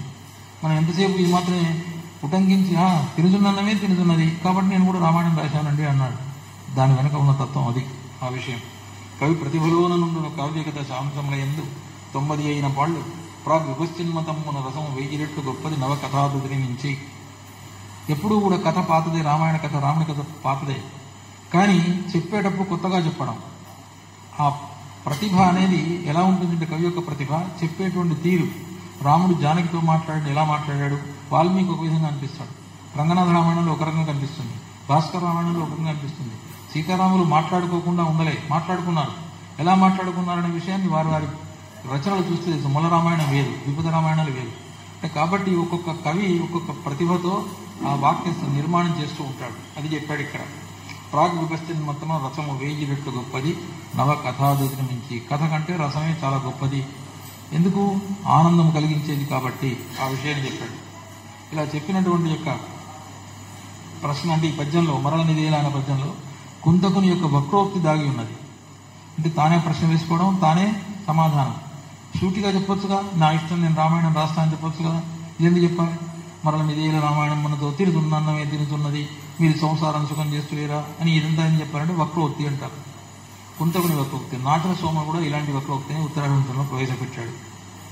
ఆ తర్వాత ఇంకేమన్నాడంటే ఉగ్రుడ నీవ సారథి యూనుము పగ్గములని కరంబులన్. ఉగ్రుడ అది పరమాత్మునికి పేరు. నీవు సారథివి, నేను కూర్చున్నాను, నన్ను నడిపించేవాడు నీవే, పగ్గాలను నువ్వే పట్టుకోమని చెప్పాడు. అది పద్యంలో ఉన్నది. తర్వాత వ్రాసిన రామచంద్రుడితో వ్రాసిన అనిపించుకోయి తండ్రి గారి యొక్క ఆజ్ఞ. పద్యం అంతా చదవను ఎందుకంటే చాలా చెప్పాల్సింది. ఇక్కడ పద్యం అంతా చదివిన తర్వాత నాకు తోచినటువంటి ఆలోచన ఏంటంటే, శ్రీరాముడే విశ్వనాథ శ్రీరాముడు ఇద్దరు ఒకటే. ఏ విధమైనటువంటి పోలిక ఉంది? అక్కడ రామచంద్రుడు తండ్రి ఆజ్ఞను ప్రధానంగా తీసుకుని అరణ్యానికి వెళ్ళిపోయాడు, సుఖభోగాలను త్యజించేశాడు. ఇక్కడ విశ్వనాథుడు కూడా తండ్రి గారి యొక్క ఆజ్ఞను స్వీకరించి రచన చేశాడు, దారిద్ర్యాన్ని అనుభవించాడు, కటిక దరిద్రాన్ని అనుభవించాడు. అంతకుముందు శోభనాద్రి గారికి దాదాపు 80-90 ఎకరాల భూమి ఉండేదట. దాతృత్వం చేత మొత్తం అంతా రూట్స్ పెట్టుకొని పోతే కటిక దరిద్రాన్ని అనుభవించారు. సూరయ్య చౌదరి గారు అనేవారు అనేక సార్లు సహాయం చేసుకుని చెప్పుకున్నారు ఆత్మకథలో విశ్వనాథ సత్యనారాయణ గారు ఒక సందర్భంలో. కాబట్టి ఇక్కడ విశ్వనాథ సత్యనారాయణ గారు శ్రీరాముడు ఒకటే. అందుకే జీవుని వేదనను అంత హాయిగా పండించగలిగారు. దశరథుని ఆజ్ఞకు శ్రీరాముడు బద్ధుడయ్యి అరణ్యవాసానికి వెళితే, ఇక్కడ తండ్రి గారి ఆజ్ఞకు బద్ధుడై రామాయణ రచన చేశాడు. ఆయన దారిద్ర్యాన్ని వరించాడు. ఇది విశ్వనాథ్ గారు ఆయన అరణ్యంలో వనగమనం దీక్ష స్వీకరించాడు. ఇక్కడ ఈ పద్యంలో ఇంకోటి ఏమున్నదంటే, కట్టుకథ లైహికమా వృధాయాసం గాక కట్టుకథ లైహికమా పరమాయటంతు దా చేసిన తండ్రి ఆజ్ఞను జీవుని వేదన రెండు నేకమై నా సకలోహ వైభవ సనాదము నాదకథను రచించడం. కట్టుకథ అంటే నువ్వు కట్టుకథ చెప్తున్నావు అంటాం, అంటే అబద్ధము మాటలు, కల్పితమైనటువంటి కథలు, అవి పనికిరావు నాకు అర్థం. రెండోది అర్థం ఉంటే కట్టుకథ అంటే ఇహలోకంలో నిన్ను బంధించేటువంటి కథలు. ఒకనొక వ్యక్తికి అంకితం ఇచ్చాం, ఒకనొక వ్యక్తి నుంచి సన్మానం పొందాం, ఒకనొక వ్యక్తికి మనం దాసులమయ్యాం, అది ఈ లోకంలో బంధించబడుతుంది. కాబట్టి ఇలాంటి యొక్క కథలు ఇహలోకంలో బంధించబడే కథలు అని, కల్పితమైన కథలు కానీ కాదు. కట్టుకథ అంటే పరమాత్మ సన్నిధిలో నీ జీవుణ్ణి కట్టివేసే కథలు మాత్రమే నీవు రాయవలసింది తండ్రి గారి యొక్క ఆజ్ఞ. అందుకే జీవుని వేదన అన్నాడు ఈ పద్యంలో. ఈ పద్యం ప్రాణం అవతారికకు. రాసిన రామచంద్రు కథ రాసికి వన్ తనిపించుకో వృధాయాసముగా ఒక కట్టుకథ లైకమా పరమాయటంచు తా చేసిన తండ్రి ఆజ్ఞను జీవుని వేదన రెండునేకమై. జీవుని వేదన ఏకమైన తర్వాత ఏం చేశాడు అక్కడ? నా సకలోహ వైభవ సనాథము నాదకథను రచించదన్. నా సమస్తమైన ఊహలను ఆధారభూతమైనటువంటి వాడు శ్రీరామచంద్రుడు. శ్రీరామచంద్రుని యొక్క కథను నేను రాస్తూ ఉన్నాను. ఆ రఘునాథ కథలన్నిటికీ సనాథమైనటువంటిది. రామాయణంలో అనేకమైన కథలు వచ్చాయి. అన్ని కథలకు తలమాలికమైనటువంటిది రామాయణం, శ్రీరాముడి యొక్క కథ. శ్రీరాముడి చుట్టూ కేంద్ర బిందువు అయితే శ్రీరాముడి చుట్టూ ఈ కథలన్నీ ఉంటాయి. ఆ విషయాన్ని కూడా చెప్పారు. అంటే ఈ పద్యం విశ్వనాథ సత్యనారాయణ గారి యొక్క మనసును పట్టించేటువంటిది. తర్వాత 8, 9, 11 పద్యాలలో శోభనాద్రి గారి దాతృత్వం, వారి ఇంట్లో కర్మయోగి శితిచంద్ర ప్రౌఢకాంతి ఛటా స్నానం వాడిన స్వచ్ఛలింగమయు నిన్ను సాధించి మా నందమూరులోన నిలిపిన భక్తరాజు. శివాలయం కట్టించాడు తండ్రి శోభనాద్రి గారు. తండ్రి శోభనాద్రి గారు శివుని యొక్క ఆలయాన్ని కట్టిస్తే, ఈ విశ్వనాథ సత్యనారాయణ గారు ఏం చేశారు? శివుణ్ణి తన మనసులో నిలుపుకున్నారు, తన మనసుని గుడిగా చేశారు. ఆ విధంగా చేసి జీవించినటువంటి వారు. అంతేకాకుండా ఆ శోభనాద్రి గారు చేసినటువంటి యొక్క నకనకలాడనట్టు గడపలను వచ్చి ఆకలితో వచ్చినటువంటి వాడు హాయిగా కడప నిండిన తర్వాత సంతోషంగా వెళ్ళిపోయేవారు. వస్త్రం లేని వారు వస్తే వస్త్రం ఇచ్చేవాడు. ఏ వస్తువు కావాలంటే ఆ విధంగా ఇచ్చేవారు కాదు. పరిధీ నవదనుడై అరుదెంచి ఉత్సాహపదమందాహసులై జేగువారు. సందేహ భాజనాశ్రమతో వచ్చి ఆశ్చర్య సూచి ముఖాల జనుడు వారు. పొలుతులు అన్నాతులు యాచకులను నిత్య కలిత బహుళ కార్యాంతరాగతులు విశ్వనాథ వంశాబ్ది శశి శోభనాద్రి అంట ఇరుడు వదిలి వెలుతురుడు గొంచేగునట్లు. చీకటిని వదిలిపెట్టి వారి యొక్క దుఃఖాలను వదిలిపెట్టి సుఖంతో వాళ్ళు వెళ్ళిపోయేవారట. అలా పరమశివుడు ఎంత బోళాశంకరుడో ఏమాత్రం ఆలోచించకుండా తన దగ్గర ఉన్నటువంటి యొక్క శక్తినంతా ఇవ్వడానికి సిద్ధపడినట్టే శోభనాద్రి కూడా అలాంటి వాడు. ఆ విషయం చెప్పాడు ఇక్కడ. అంటే పరమశివునికి ఇంకో పద్యంలో చెప్తాడు, ముందొస్తుంది ఆ పద్యం. అంటే నా తండ్రి గారికి నీకు భేదం లేదు అనుకున్నాను కాబట్టి నీకు అంకితం ఇస్తున్నాను అంటాడు. అది కూడా చెప్తారు ఇక్కడ. అంతేకాకుండా 8, 9, 10, 11 ఒకసారి చెప్పినటువంటి దూసిన స్వర్దువై మిగుల దోవతి యొక్కడు దర్శిపోవగా కోసకి పూర్వమాశ్రితుడు గోచి యొకండు ధరించి వచ్చి సామీ సొరవోయి కప్పుకున్న నేమీ లేదన శోభనాద్రి నిస్త్రాసకుడు అంగవస్త్రములు దాల్చి దోవతనిచ్చి నెట్టిదో. ఒకడు వచ్చాడు, గోచి పెట్టుకుని వచ్చాడు. అయ్యా నాకు కప్పుకోవడానికి కూడా వస్త్రం లేదు అన్నాడు. తక్షణమే తన యొక్క దోవతనిచ్చేశాడు. అంతటి యొక్క ఉదారమైన స్వభావం కలిగినటువంటి వాడు శోభనాద్రి. నేను నా ఆత్మకథలో పేరాల భరతశర్మ గారు కూడా చెబుతూ, ఒకసారి విజయవాడలో బ్రిడ్జి మించి నడిచిపోతూ ఉంటే చలిపెడుతున్నటువంటి యొక్క చలికి బాధపడుతున్నటువంటి ఒక వ్యక్తి కనిపించగానే పైన ఉన్నటువంటి శాలువా వేసేశారట. ఇదే విశ్వనాథ సత్యనారాయణ గారు. ఆ తర్వాత కొంత దూరం పోగానే మళ్ళీ ఇంకొకతను అట్లే ఆ విధంగా కనిపించగానే వేసుకున్నటువంటి యొక్క మామూలుగా ఇక్కడ ఉన్నటువంటి బొందలతో పుట్టుకునేది ఆ చొక్క తీసి ఇచ్చేశారు. చేసిన తర్వాత కొంత ముందుకు పోయిన తర్వాత పక్కన ఉన్నటువంటి యొక్క జమదగ్ని గారు ప్రశ్నించారట, అయ్యా మీరు పైన ఉన్న శాలువా ఇచ్చేశారు, బాగానే ఉంది, తొడుక్కున్న అంగి ఇచ్చారు, బాగానే ఉంది, మరి ఇంకొకడు కూడా అలానే చలికి వణుకుతున్నటువంటి కనిపిస్తే ఏం చేస్తారో అన్నాడు. అంటే తన మాన ధర్మం ఉండదు కదా, నా మానాన్ని నేను కాపాడుకోవాలి, అవసరమైతే మళ్ళీ ఏదో ఒక విధంగా ఏర్పాటు చేస్తానన్నాడు. అంటే అంత ఉదారమైనటువంటి స్వభావం కలిగినటువంటి వారు విశ్వనాథ సత్యనారాయణ గారు. బీర్నిడి వారి గురించి చెప్పాలంటే చాలా ఉన్నాయి. బీర్నిడి ప్రసన్న కవి అని ఆయన ఎస్సీ పృథ్వీ భాగవతం రాసినప్పుడు మీరు చూడండి, మీరు పరిశీలించండి అని చెబితే వారం రోజులు తిప్పుకున్నారట. తిప్పుకున్న తర్వాత నేను రాయను, నాకు అవసరం లేదు, దాన్ని మొహం కూడా చూడదన్న తర్వాత బీర్నిడి ప్రసన్న కవి ఏడుస్తూ, మీరు చూడనటువంటి ఆ కావ్యం నాకెందుకు, నేను తీసుకుపోయి కాలబెడతాను అంటే, ఓహో నువ్వు కాలబెడతావా, అంత బాధపడుతున్నావు, వదిలే నేను చూస్తానని చూశారు. చూసిన తర్వాత అప్పుడు అన్నారట ఇదే రామూర్తి గారితో, నేను కూడా ఇంత మంచిగా పద్యాలు రాయలేనో ఏమో అని దానికి ముందు మాట రాసిచ్చారు. ఇవన్నీ కూడా అసంకలిత సాహిత్యంలో చాలా ఉన్నాయి. కాబట్టి ఇంత ఉదాహరణ దూసిన స్వర్ధు అంటే కల్పవృక్షంలాగా జీవించినటువంటి వారు శోభనాథుడి గారు. శోభనాథుడి యొక్క లక్షణమే విశ్వనాథ సత్యనారాయణ గారు కూడా వచ్చింది. తర్వాత సోదరుల గురించి చెప్పుకున్నాం, రామమూర్తి గారి గురించి, వెంకటేశ్వర్ల గురించి. ఇక్కడ నేను అనుకున్నాను, విశ్వనాథ సత్యనారాయణ గారు రాముడు అయినట్టయితే మరి లక్ష్మణుడు మనకు కనిపించాలి కదా, భరతుడు కనిపించాలి కదా, శత్రుఘ్నుడు కనిపించాలి కదా, ఉన్నారా అంటే రామమూర్తి గారు లక్ష్మణుడి స్థానంలో విశ్వనాథ సత్యనారాయణ గారికి చాలా సేవలు చేసినటువంటి వాడు. అదే విషయం చెప్పారు ఇక్కడ. తమ్ముడు రామచంద్రునకు తమ్ములు ఊహ ఎరింగి చేయగా తమ్ములు ధర్మరాజునకు తమ్ములు చెప్పిన చెయ్య నా తమ్ములు అట్టిరందుడు చిరతమ్ముడు సన్మతి రామమూర్తి చిత్తమ్మున నేను వానికి ఒక దైవముగా కనిపించినంతయన్. లక్ష్మణస్వామి కూడా శ్రీరాముడిని ఆ విధంగా భావించాడు. కాబట్టి ఇక్కడ రామమూర్తిని లక్ష్మణుడి స్థానంలో నేను ఆలోచించినటువంటి యొక్క ప్రతి అంశమునకు ఇందులో కారణం ఉంది, ఆధారం ఉంది, ప్రాథమిక ఆధారం దాన్ని పట్టుకొని చెప్పాను. ఇక్కడ దైవముగా వానికి ఒక దైవముగా కనిపించినంతయున్. ఆ విధంగా లక్ష్మణుడు ఏ విధంగా అయితే శ్రీరాముడిని చూచాడో రామమూర్తి గారు కూడా విశ్వనాథ సత్యనారాయణ గారిని అలా చూశారు. కాబట్టి లక్ష్మణుడు. మరి భరతుడు ఎవరండి అంటే ఇక్కడ వెంకటేశ్వరుడు. పండిత కీర్తని విరుభాసల దిట్ట రసజ్ఞమౌళి మా రెండవ వాడు సన్మతి ధుర్వైన కవిత్వ కళోగ్ర కార్తికేయుండును వెంకటేశ్వరుడు హో మరి నా కవనం బిదెల్ల దేశవుండు తత్పరీక్షబడి సంకున భోజని తీర్థమైచనన్. అంటే తన కవిత్వాన్ని వెంకటేశ్వరులు వింటే సంతోషించేవాడట. అంటే ఇక్కడ రాముని మనసులో ఉన్నటువంటి భావాన్ని భరతుడు స్వీకరించి పాదుకలు తీసుకుని రాజ్యం పరిపాలించాడు. కాబట్టి ఇక్కడ విశ్వనాథ సత్యనారాయణ గారి భావాన్ని వెంకటేశ్వరులు ఏ విధంగా అయితే ఆమోదించాడో అక్కడ రాముడి యొక్క భావాన్ని కూడా భరతుడు ఆలోచించాడు. మరి ఇక్కడ శత్రుఘ్నుడు మాత్రం లేడు.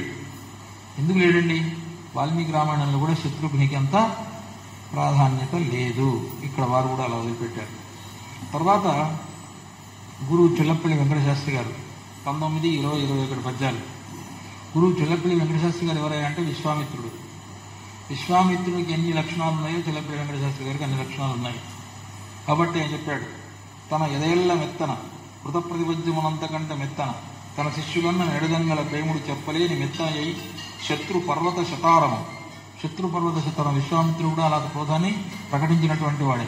శిష్యుని ఎందుకు ప్రేమను ప్రకటించినటువంటి వాడు. సత్కవి చెల్లపిల్ల వెంకట గురువంతు చెప్పుకొనగా అది గొప్ప తెలుగునాడు నన్ను నాకు గురువు చెల్లపిల్లి వెంకటశాస్త్రి అని చెప్పాడు. అలాంటి యొక్క విశ్వామిత్రుడు రామునకు అస్త్రాలు ఇచ్చి ఇంత గొప్పనైనటువంటి రాముడు నాకు శిష్యుడయ్యాని విశ్వామిత్రుడు సంతోషించాడు. అక్కడ రాముడు నేను విశ్వామిత్రుడికి శిష్యుడయ్యాను, నా వల్ల విశ్వామిత్రుడు గొప్పతనం వచ్చింది అనుకోలేదు. కానీ ఈయన అనుకోని ఎలా అనుకున్నాడు? శిష్యవాత్సల్యము తెలియని మూర్చికా కవి చెప్తూ కంఠంబు కత్తికోత చెల్లపల్లి వెంకటశాస్త్రి గారు చెప్పిన పద్యాలన్నీ విశ్వామిత్రునికి అన్వయిస్తాయి. చూడండి, అతని కాకవి కంఠంబు కత్తికోత వ్యర్థవాదములకు అగ్గిపిడుగు నీరసవాది కన్నీటి ముంపు పరమ సత్యవ్రతాచారుండు సత్వసంగరుడు పరమ నిర్భీకుండు. ఇలాంటి వాడు మా చెల్లపల్లి వెంకటశాస్త్రి గారని తన గురువు గురించి చెప్పుకున్నాడు. ఆ చెల్లపల్లి వెంకటశాస్త్రి గారు ఇక్కడ ఏం చెప్పుకున్నాడు? అలా నన్నయ్యకు లేదు తిక్కనకు లేదు ఆభోగము. ఇది అందుకు చాలా మంది చెప్పే పద్యం కూడా. అస్మాదిచుండ లఘుస్వాదర సావతార దశనాహంకార సంభార దోహల బ్రాహ్మీమయమూర్తి శిశువునైరాడనట్టి చావుదా ఓమో పేసల చాంద్రీముడు గుర్తి చెల్లపిల్ల వంశస్వామికి ఉన్నట్లుగా అన్నాడు. ఇక్కడ అంటే నా అంతటి వాడు అతనికి శిష్యుడు కావడం చెల్లపల్లి వెంకట శాస్త్రి గారికి చాలా ఆనందం అనుకున్నారు. ఇక్కడ కూడా రాముడు విశ్వామిత్రునికి శిష్యుడు కావడం అనేది చాలా గొప్ప విషయం. ఆ విషయం చెప్తున్నాడు ఇక్కడ. అప్పుడు విశ్వనాథ సత్యనారాయణ గారు వారి యొక్క మార్గాన్ని గురించి చెల్లపల్లి వెంకట శాస్త్రి గారు చెప్పిన పద్యం ఒకటి ఉంది. నా మార్గంబును కాదు వీని ధరయన్ నా తాత ముత్తాతలం ఏ మార్గంబును కాదు మార్గం ఇంకేదో ఎనంగావలెను సామాన్యుండెన రాదు వీని కవిత సమ్రాట్ రమాహేతువై ఈ మత్శిష్యునిత వరించినది నెంతే ముదంబందెదన్. ఇది చెల్లపల్లి వెంకటశాస్త్రి గారి పద్యం. ఇది పోనీ నా మార్గంలో ఉన్నాడా? కాదు. పోనీ నా తాత ముత్తాతల మార్గంలో ఉన్నాడా? కాదు. ఏది మార్గం అంటే కొత్తమైనటువంటి మార్గంలో కవితా సమ్రాట్ రమాహేతువై ఈ మా శిష్యుని వరించినది అని ఇక్కడ చెల్లపల్లి వెంకటశాస్త్రి గారు విశ్వనాథ్ గారు గురించి చెప్పారు. అక్కడ విశ్వామిత్రుని యొక్క మార్గంలో రాముడు ప్రవర్తించాడా? ప్రవర్తించలేదు. తాటకిని సంహరించమన్నప్పుడు ప్రశ్నించాడు, తర్వాత గురువు గారు చెప్పింది ఆచరించాడు. విశ్వామిత్రుడు ఎంత కోపంతో ఉద్రేకంతో ఉన్నాడో రాముడు అలా ప్రవర్తించలేదు రామాయణం మొత్తంలో కూడా. కాబట్టి విశ్వామిత్రుడు గురువైనప్పటికీ కూడా అస్త్రశస్త్రములను పూర్తిగా అందజేసినప్పటికీ కూడా గురువుగా భావించినప్పటికీ కూడా విశ్వామిత్రుని యొక్క లక్షణాలు ఏవి కూడా రాముడిలో కలిగి లేవు. కాబట్టి విశ్వామిత్రుని యొక్క మార్గం వేరు, రాముడి యొక్క మార్గం వేరు. ఇక్కడ చెల్లపల్లి వెంకటశాస్త్రి గారి మార్గం వేరు, ఇక్కడ విశ్వనాథ్ గారి మార్గం వేరు. ఇక్కడ మృదుజిక్కోపై రసలు దాల్చిన నోగు నిగారంపు జిగులు అంటూ అసివేని సేన పడిపోయేడు అని కొడాలి ఆంజనేయుని మునునాకు గంట కవియను ప్రేమిత్రము సంస్మరించదని అంటాడు. కొడాలి ఆంజనేయులు విశ్వనాథ సత్యనారాయణ గారికి చాలా సన్నిహిత స్నేహితుడు. వారితో కలిసి జంట కవిత్వం చెప్పాలనుకున్నారు, కానీ మధ్యలోనే కొడాలి ఆంజనేయులు గారు చనిపోయారు. ఇక్కడ ఆ మిత్రుని స్థానంలో ఉన్నటువంటి వాడు జటాయువు. ఆ జటాయువు అంతేకాకుండా ఎందుకు చెప్తున్నానంటే ఈ కొడాలి ఆంజనేయులు గారి తండ్రి గారు విశ్వనాథ సత్యనారాయణ గారి తండ్రి గారు శోభనాథ్ గారు ఇద్దరు స్నేహితులు. ఇక్కడ జటాయువు యొక్క స్నేహితుడు దశరథుడు. ఇక్కడ జటాయువును కూడా తండ్రిగా భావించాడు ఎవరు? రాముడు. కాబట్టి కర్మలు చేశాడు.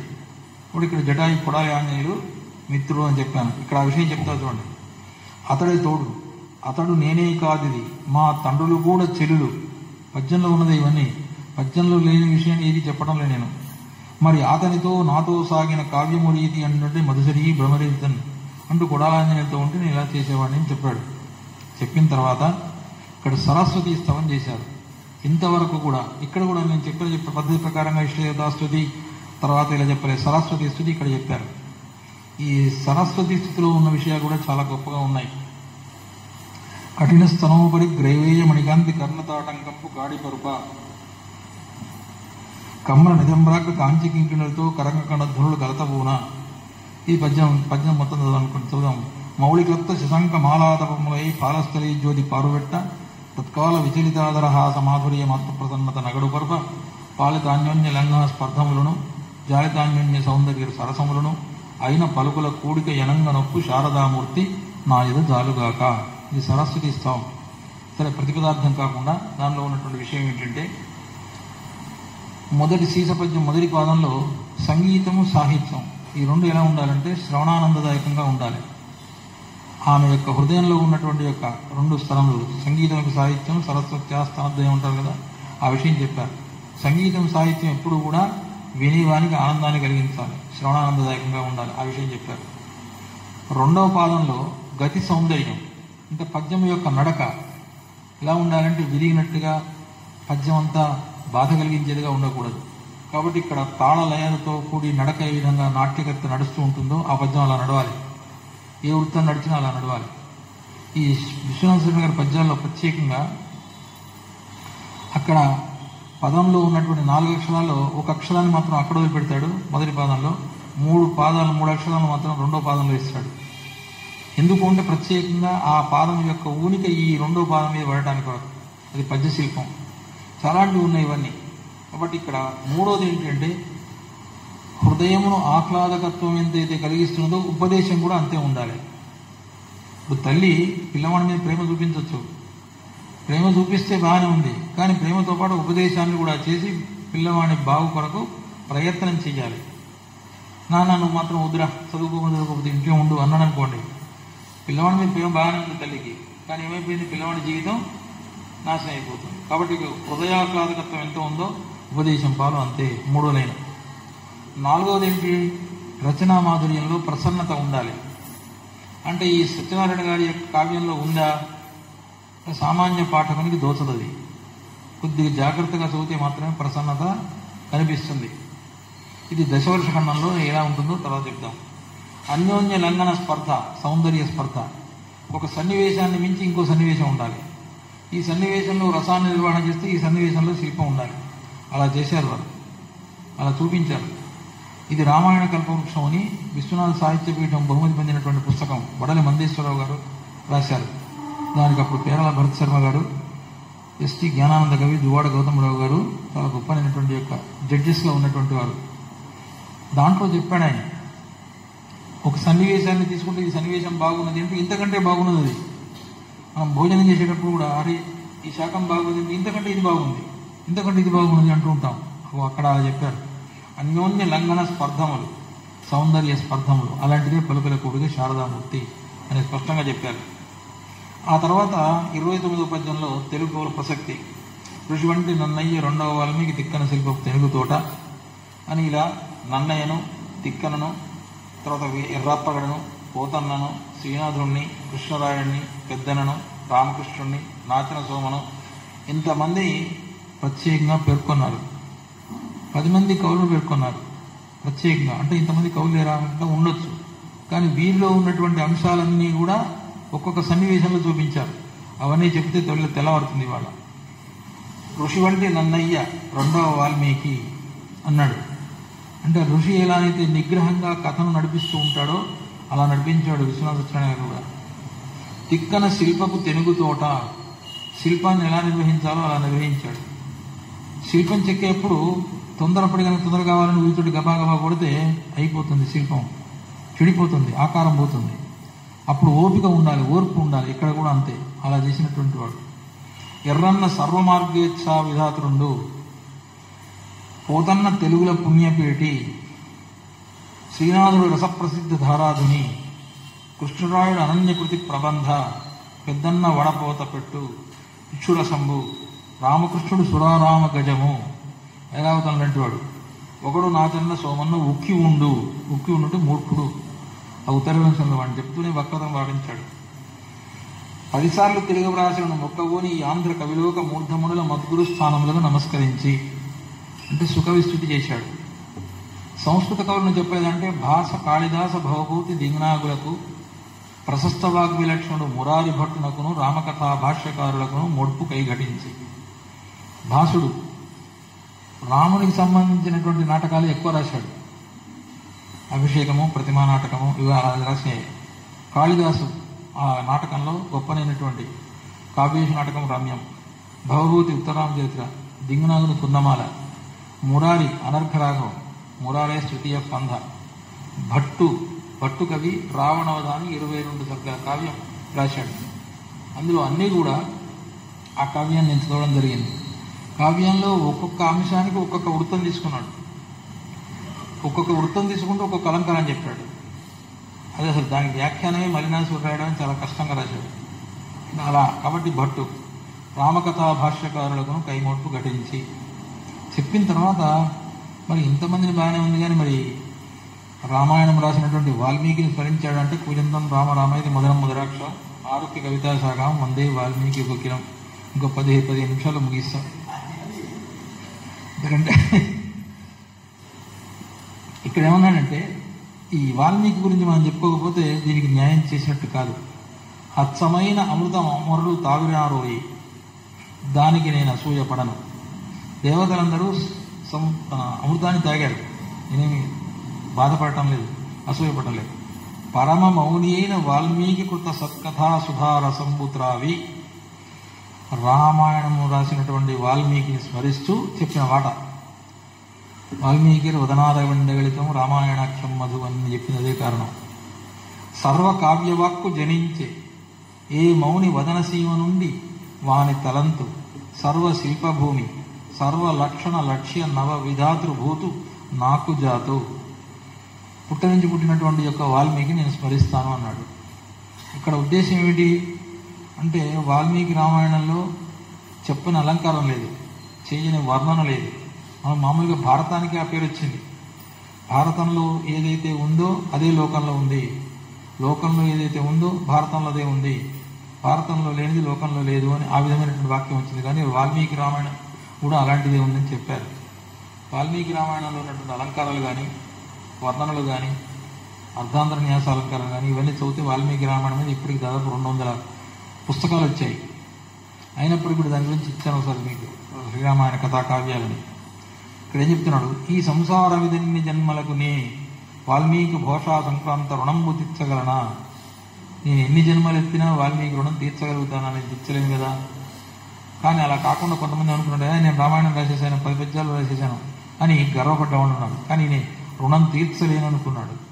అంటే వాల్మీకి రామాయణాన్ని బాగా అధ్యయనం చేసినటువంటి యొక్క కవి. సత్కావ్య నిర్మాణ రేఖా సామగ్రి రుణంబు తీర్పగలదా? పోనీ నేను కథను మాత్రమే కాకుండా ఆయనలో ఉన్నటువంటి రేఖా మాత్రంగా తీసుకుని రాయగలుగుతాను, అది కూడా నేను చేయలేను. పోని కాకుక్షుడవు స్వామి గాథా సంపన్నము భక్తి తెచ్చినను ద్వైతాద్వైత మార్గంబులన్.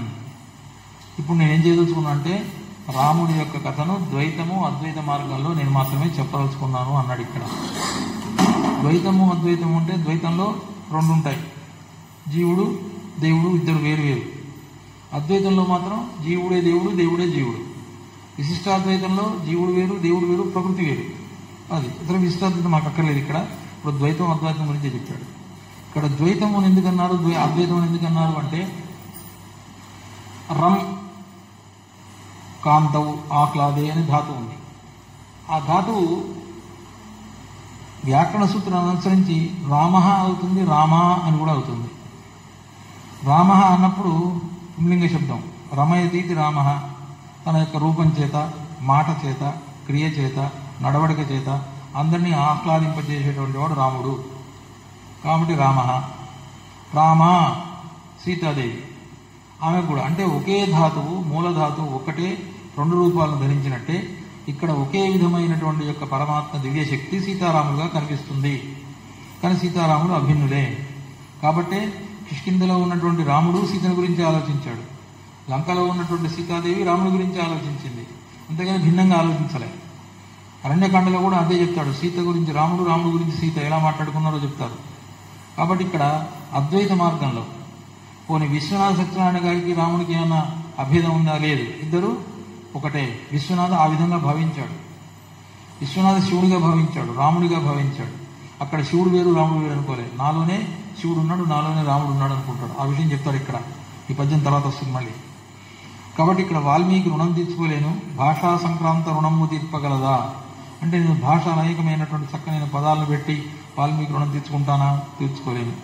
పోనీ వాల్మీకి చెప్పినటువంటి శిల్పాన్ని ఏమైనా అనుసరిస్తానా? అది చేయలేను. నేను చేయదల్చల్లా రాముడి యొక్క భక్తి కథను మాత్రమే నిర్మించగలుగుతాను అనుకున్నాడు. ఒక్క వాల్మీకి కాక వేరొక్కడెవడు సుకవి శబ్ద వాచ్యుండు. సుకవి అనే శబ్దం ఒక వాల్మీకి తప్ప ఇంకెవరికి రాదు అన్నాడు. కుకవి నింద అప్రశస్త పదంబుగా నవ్వుట చేసి, కుకవి నిందను మాత్రం చేయడం అనేది మంచి పద్ధతి కాదు అన్నాడు. ఎంత ఉదార స్వభావంతో ఆలోచించాడు చూడండి. ఒకనొక కవి ఏమన్నాడంటే, ఈ కుకవులందరూ కూడా ఈగలు లాంటి వారు, పుండు మీద ఈగలు వాళ్తే ఏ విధంగా అయితే కొడుక దినాలను ఆలోచిస్తారో కుకవులు కూడా అలాంటి వారే, లోపాన్ని మాత్రమే ఎత్తి చూపుతుంటారని చెప్పాడు. కానీ వీరేం చెప్పారు, కుకవి నింద అప్రశస్త పదంబుగా నవ్వుట చేసి, కాబట్టి కుకవి నింద చెయ్యను అన్నాడు అంతే. సుకవులు మాత్రం గురించి మును రుణము తీర్ప నీ కావ్యమును రచింతు. వాల్మీకి రుణం తీర్చడానికి మాత్రమే నీ కావ్యాన్ని రచించానని చెప్పాను, కానీ ఏదో గొప్పగా రాశానని చెప్పుకోలే. చెప్పి ఏం చెప్తున్నాడు, ఎదకు పురాంధ్ర సంస్కృత, తన యొక్క భావం ఏంటో చెప్తున్నాడు. పాఠకుడు ఎలా ఉండాలో, రామాయణ కల్పవృక్షం ఎలా అర్థం చేసుకోవాలో. ఎదకు పురాంధ్ర సంస్కృత కవీశ్వర భారతి దీప్తి కలిగినన్, సదమల బుద్ధికిన్ బహుళ శాస్త్ర రహస్య వివేకమబ్బినన్, మదికి ఉదత్త కల్పనల మక్కువ కలిగిన విశ్వనాథ శారద సకలార్థదాయిని సురద్రువు రామకథన్ భుజింపుమి. పాఠకుడు ఎలా ఉండాలో చెప్పాడు అసలు విషయం. పురాంధ్ర సంస్కృత కవీశ్వర భారతి దీప్తి ఉండాలి అంటే ఒక్కొక్క పురాతన ఆంధ్ర కవి కానీ సంస్కృత కవి కానీ ఎలా కథలను తీర్చిదిద్దారో ఒకసారి తెలుసుకొని ఉండాలి. తెలుసుకొని ఉంటే సరిపోతుంది. ఇంతకుముందు తీపి అనేది తెలుసుకొని ఉంటే దానికంటే భిన్నమైనది నేను గుర్తించగలుగుతావు. అసలు తీపి అనేది నీ జన్మలో తెలుసుకోలేకపోతుంది. అప్పుడు నీకు తీపి ఎలా తెలుస్తుంది? చింతకాయ పులుపును కూడా తీపి అనుకుంటావు, ఎందుకంటే అంతకుముందు తీపి తెలియదు కాబట్టి. కానీ తీపి తెలిసినటువంటి వాడు, ఓహో నేను ఇంతకుముందు తిన్న తీపి వేరు, ఇవాళ ఉన్నటువంటి యొక్క మధుర పదార్థం వేరు, రేపు తినబోయే మధుర పదార్థం వేరు అనుకుంటాడు. అంటే తుల్య పరిశీలన దృష్టితో చూడాలి. అందుకే చెప్పాడు ఎదకు పురాంధ్ర సంస్కృత కవీశ్వర భారతి దీప్తి కలిగినను. ఇక్కడ ఎదకు అన్నాడు. ఏదైనా చదివానండి, నేను 100 కావ్యాలు చదివాను, 150 కావ్యాలు చదివాను. ఎందుకు చదవడం? ప్రధానమైనటువంటి ఒక కావ్యాన్ని చదువుకుంటే ఆ కావ్యంలో ఉన్నటువంటి యొక్క ఆయువు పట్టును పట్టుకోవాలి, పట్టుకుంటే సరిపోతుంది. ఒకసారి కనుమూలు వెంకటశివయ్య గారు ఆముక్తమాల్యం గురించి మాట్లాడుతూ, ఆముక్తమాల్యం అప్పటికే 12 సార్లు చదివాడట ఆయన. కనుమూలు వెంకటశివయ్య ప్రాజెక్ట్ ఆఫీసర్ అని ఆయన తెలుసు మాకు. అంటే ఆ కృష్ణదేవరాయ యొక్క కావ్యాన్ని అన్నిసార్లు చదివి దానిలో ఉన్న విషయాన్ని చక్కగా చెప్పగలిగాడు. దాంట్లో ఉన్నటువంటి యొక్క వ్యవసాయ శాస్త్రానికి సంబంధించిన విషయాలు, సామాజికమైనటువంటి విషయాలు ఎన్ని చక్కగా చెప్పాడు. చాలా ఆశ్చర్యపోయాం హైదరాబాద్ ఒకసారి ఉపన్యాసం వింటే. అంటే అలా అనేక మార్లు చదివినటువంటి వాడు, మనుచరిత్ర కూడా అలా చదివినటువంటి వాళ్ళు ఉన్నారు. కాబట్టి ఇక్కడ పురాంధ్ర సంస్కృత కవీశ్వర భారతి దీప్తి కలిగిన చదవడం కాదు, అది ప్రద్యోతమానం కావాలి. ఈ ఒక్క పద్యమే చాలు. పద్యం సదమల బుద్ధికి, నీలో చక్కనైనటువంటి భావం కలిగి ద్యోతకమవుతున్నప్పుడు నీ బుద్ధి కూడా ప్రకాశించాలి. సదమల బుద్ధికి. రెండవది, తిన్నప్పుడు కడుపు నిండుతుంది ఏ విధంగా అనేది, అదేవిధంగా చక్కగా అర్థం చేసుకుని చదివినప్పుడు మనసుకు ఆనందం కలుగుతుంది. ఆ విషయాన్ని మరిచిపోలేం తప్పనిసరిగా. సదమల బుద్ధికి బహుళ శాస్త్ర రహస్య వివేకమభ్యనన్. అనేకమైన శాస్త్రాలు, ఆ శాస్త్రాల యొక్క రహస్యం తెలుసుకొని ఉండాలి, ఉంటేనే అర్థమవుతుంది. లేకపోతే రామాయణ కల్పవృక్షం అర్థం కాదు. రామాయణ కల్పవృక్షం అర్థం కావాలంటే పాఠకుని యొక్క స్థితి ఎలా ఉందో చెప్పాడు. మదికి ఉదాత్త కల్పనల మక్కువ కలిగిన, నీ మనసులో ఉదాత్త కల్పన ఇలా ఉంటే బాగున్నది, ఇలా బాగా చేశాడు విశ్వనాథ శరణాన్ని మెచ్చుకోవాలి. కానీ ఆ కవి కంటే భిన్నంగా చేశాడు, చిచి ఏంటి అని మాత్రం అనుకోకూడదు. ఉదాత్త కల్పన అంటే ఎదుటివానిలో ఉన్నటువంటి భావాన్ని గుర్తించి గౌరవించేటువంటి యొక్క తత్వం నీలో ఉండాలి మొదట. ఇక్కడ 3 అంశాలు చెప్పాడు. మొదటిది ప్రాచీన గ్రంథ పఠనం అనేది చాలా ప్రధానమైన విషయము. అందులో ఉన్నటువంటి అర్థాన్ని గ్రహించేసి చక్కనైనటువంటి యొక్క మార్గాన్ని ఏర్పరచుకోవడం రెండవది. మూడవది శాస్త్రముల యొక్క రహస్యం తెలుసుకొని ఉండుట. నాలుగవది ఉదాత్త కల్పన చేసినప్పటికీ కూడా అన్వయించేటువంటి ఆనందించేటువంటి యొక్క గుణం ఉండాలి. ఉంటే అప్పుడు రామాయణ కల్పన మదికి కలిగిన మక్కువ కలిగిన విశ్వనాథ శారద ప్రేమవుతుంది, సకలార్థదాయిని అవుతుంది, సురద్రువు అవుతుంది. అప్పుడు రామకథను భజింపుడి. ప్రయోజనం ఉందనుకుని ఆ విధంగా భజించమని చెప్పాడు. శాస్త్రములకు 2 పక్షములు గలవు, కావ్యపక్షము శాస్త్రపటము, కావ్యపక్షములను ప్రయోగములను సమర్థములు కవి ప్రతిభా సమంజితములు అంటూ. నాది వ్యవహార భాష, మందరము శైలి. ఈ వ్యవహార భాష అనగానే మనకు వత్తాండు పోతాండు అవే నాకు చూపించేది కాదు. అంటే ఈ రచనలు సంభాషణలు మనం చూస్తే ఎంత చక్కగా మాట్లాడతారంటే ఇద్దరు భార్యాభర్తలు ఎలా మాట్లాడతారో చెప్తాడు. అంటే క్రియాపదను ఎంత ఊనికగా చెప్పాలో, గ్రాంధికమైనటువంటి భాషకు దూరంగా పూర్తి వ్యవహార భాషకు దగ్గరగా కాకుండా మధ్య మార్గంగా నడిచినటువంటి వాడు విశ్వనాథ సత్యనారాయణ గారు. అందుకే చెప్పాడు వ్యవహార భాష. దీని మీద భారతిలో రవాసి గారు ఒక వ్యాసం రాశారు, దాదాపు 15 పేజీల వ్యాసం రాశారు. రామాయణ కల్పవృక్షంలోని భాష, ఆ భాష ఎంత దేనికి దగ్గరగా ఉంది? వ్యవహార భాషకు దగ్గరగా ఉందా, గ్రాంధిక భాషకు దగ్గరగా ఉందా, సంస్కృత భాషకు దగ్గరగా ఉందా, ప్రాకృత భాషకు దగ్గరగా ఉందా, లేకపోతే అచ్చతెలుగు భాషకు దగ్గరగా ఉందా, ఇలా వివరిస్తూ రాశాడు. అయితే ఎందుకంటే ఆయన వ్యాకరణ పండితుడు ప్రభాశ్రీహరి గారు. అది చదివిన తర్వాత మతి పోయింది అసలు, ఇన్ని పద్ధతులు ఉంటాయా. కాబట్టి వ్యవహారిక భాష ఒకే వాక్యం. ఈ విశ్వనాథుడు గారు ఒకే వాక్యం అనుమోది వదిలిపెడతాడు మా మీద, ఒక బాణం వేసేస్తాడు. ఆ బాణం తీసుకొని ఉండండి. మందరము శైలి, శైలి ఎలా ఉంటుంది? మందర పర్వతంలాగా ఉంటుంది. తత్వము రసధ్వనులకు ప్రాధాన్యం ఇస్తూ, నేను రసానికి ధ్వనానికి ప్రాధాన్యం ఇస్తాను, అంతేగాని ఉట్టుట్టిగా చెప్పడం కాదు. ప్రతి పద్యంలో అలా ఉంది. రసము పుట్టింపగ వ్యవహారము నెరుంగ జనును లోకమ్ము వీడి రసమ్ము లేదు. రసం అనేది ఎక్కడో లేదు, లోకంలోనే ఉంది.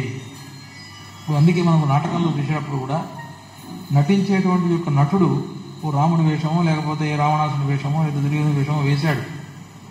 ఆ వేషం వేసినప్పుడు తాను పూర్తిగా నేను దుర్యోధనుని, నేను రావణాసుడే అనుకొని ఆ విధమైనటువంటి భావనతో ఆయన నటిస్తాడు. ఆ నటించినటువంటి దానిలో లీనమైపోయి పాత్రలో ప్రేక్షకుల్లో కూర్చున్నటువంటి వ్యక్తి ఆనందాన్ని అనుభవించడమో, దుఃఖాన్ని అనుభవించడమో, క్రోధాన్ని అనుభవించడమో జరుగుతుంది. రసం ఎక్కడ ఉంటుంది? సామాజిక నిష్టమే, నటనిష్టం కాదు అని చెప్తాడు. అది రసధ్వనులు. ఒకసారి గుంటూరులో సత్యహరిశ్చంద్ర నాటకం జరుగుతున్నది. అప్పుడు సర్వేపల్లి రాధాకృష్ణ గారు మద్రాసు యూనివర్సిటీలో ఉన్నారు. సత్యహరిశ్చంద్ర నాటకం అయిపోయింది. నాటకం అయినంతసేపు చూసిన తర్వాత చివరి ఘట్టంలో లోహితాసురుడు, చంద్రమతి, హరిశ్చంద్రుడు, ఇదంతా మన కథ తెలుసు. ఆ సందర్భంలో ఆ చంద్రమతి చేసినటువంటి యొక్క నటనకు సర్వేపల్లి రాధాకృష్ణ గారు ప్రేక్షకులు ఉండి ఏడ్చారు.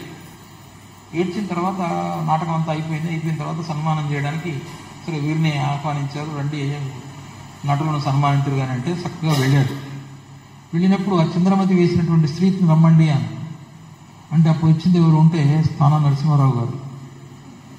ఆశ్చర్యపోయాడు. అసలు ఏంటి నువ్వు పురుషునివా, నువ్వు ఆ చంద్రమతి లాగా చేసావా, నన్ను ఏడిపించావేమిటి అన్నాడట. అంటే ఆ విధముగా లీనమైనప్పటికీ కూడా, చంద్రమతిలో లీనమై పాత్రలో అభినయించినప్పటికీ కూడా ఆనందాన్ని అనుభవించిన వారెవరు? సర్వేపల్లి రాధాకృష్ణ. ఆ విధమైన విషయం. కూచిపూడి భాగవతులలో కూడా హిరణ్యకశిపు ప్రహ్లాద చరిత్ర వేస్తున్నారు నాటకం.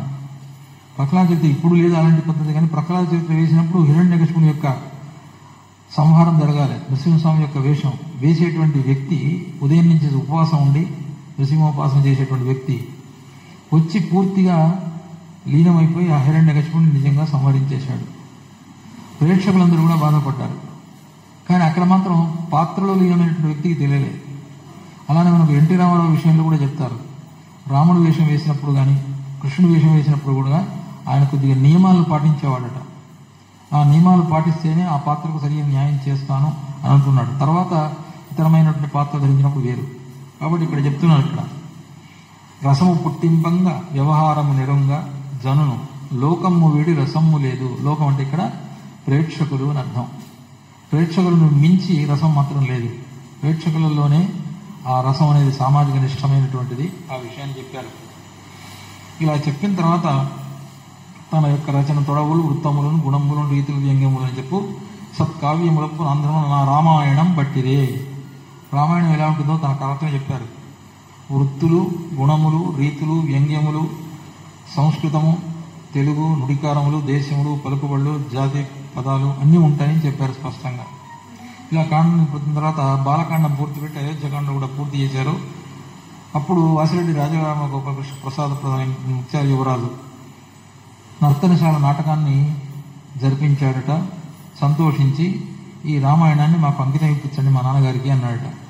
అంటే అప్పుడు ఒప్పుకోక ఏం చేశాడు? పద్యముగులు గిల్కువేళ అర్పణం చేసిన ఈ మహాకృతి నా తండ్రి ఈశ్వరునకు, శంకరునికి అంకితం ఇచ్చేశాడు మా తండ్రి గారు, కాబట్టి నేను మాత్రం ఇవ్వను. మా శిష్యుడు అతడు ఎట్లచ్చబడుట ఇది అనియే నాదు సామంత మెరింగి ఉంటా. వైశంపాయనుడు భారతాన్ని జనమేమి చెప్పినట్లుగా ఈ రామాయణాన్ని ఈయనకు వినిపించవచ్చు అన్నాడు, కానీ రామాయణాన్ని మాత్రం అంకితం ఇవ్వలేదు. ఈశ్వరుడికి మాత్రం ఇచ్చాడు. మరి నీకేం కావాలంటే నేను మనస్సన్యాసిని అని చెప్పారు. మీరు 7 కాండములు అచ్చు వేయించి ఇస్తే నాకు అదే బహుమానము అన్నారు. ఏను గోడనట్టి ఈ స్వర్గబలమింత పార్వోవనైన వాసిరెడ్డి వంశం నృపతిమణికి ఫలించుగావుత ప్రాభవంబు సర్వఫలము. ఇక్కడ ఒక విషయం చెప్పాలి.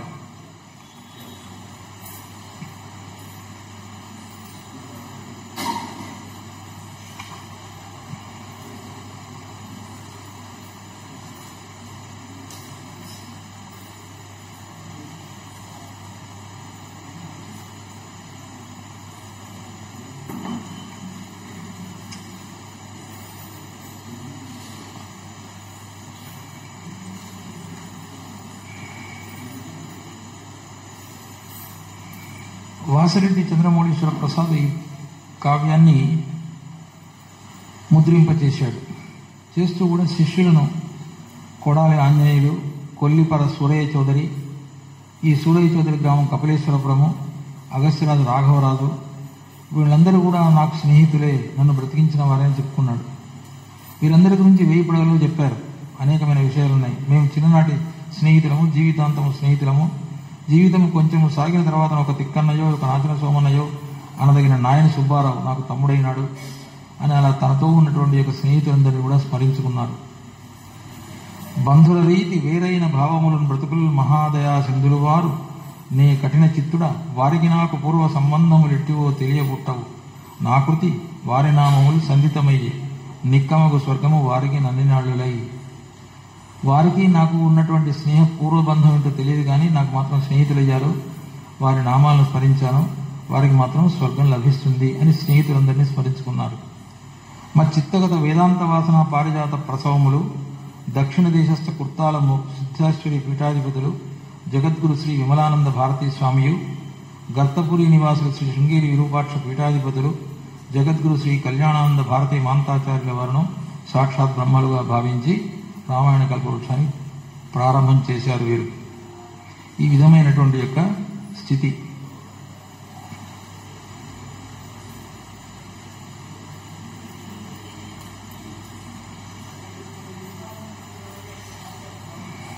ఇక్కడ చివరి వాక్యం చెప్పమని, అట్టి తండ్రికి పరమ భక్తాగ్రగణ్యుడైన పుత్రుడ నేను. తన తండ్రి శోభనాథుడి గురించి చెబుతూ, అంత ఉదాత్త స్వభావం కలిగినటువంటి, నీకు ఆలయం కట్టించి నిన్ను పూజించినటువంటి, నిన్నే ప్రేమగా భావించినటువంటి యొక్క శోభనాథుడి గారికి నేను కుమారుణ్ణి అని చెప్పుకున్నాడు. చెప్పుకొని రామాయణంబు నీకు తండ్రికి భేదంబు లేకయున్నా, నీకు నా తండ్రి కనుక భేదం లేక ఉన్నట్టయితే పరమ నిశ్చల బుద్ధి నర్పణము సేతు. నా తండ్రి గారు చెప్పారు, నేను నీకు అర్పణ చేస్తున్నాను, శివునికి అర్పణ చేశాడు. అంటే ఇక్కడ శివుణ్ణి ఆరాధించాడు కానీ కనిపించింది రాముడు. రామాయణ కథ రాశాడు. అంటే శివునికి రామునికి భేదం లేదు అనే విషయాన్ని చెప్పినటువంటి వాడు విశ్వనాథ. విశ్వనాథ తనకు రామునకు భేదం లేదు అని జీవుని వేదన వ్యక్తం చేసినటువంటి వాడు శ్రీరాముడు, విశ్వనాథ సత్యనారాయణ గారు. ఈ విధముగా ద్వైతాద్వైత భావములతో చెప్పినటువంటి యొక్క విశ్వనాథ సత్యనారాయణ గురించినటువంటి యొక్క విషయాలను నాకు తోచినందుకు చెప్పాను. ఇందులో తప్పులు ఏమన్నా ఉంటే నావి, ఒప్పులు ఏమన్నా మా గురువు గారు క్షమించాలని పెద్దలందరినీ కోరుతూ సెలవు. స్వస్తి.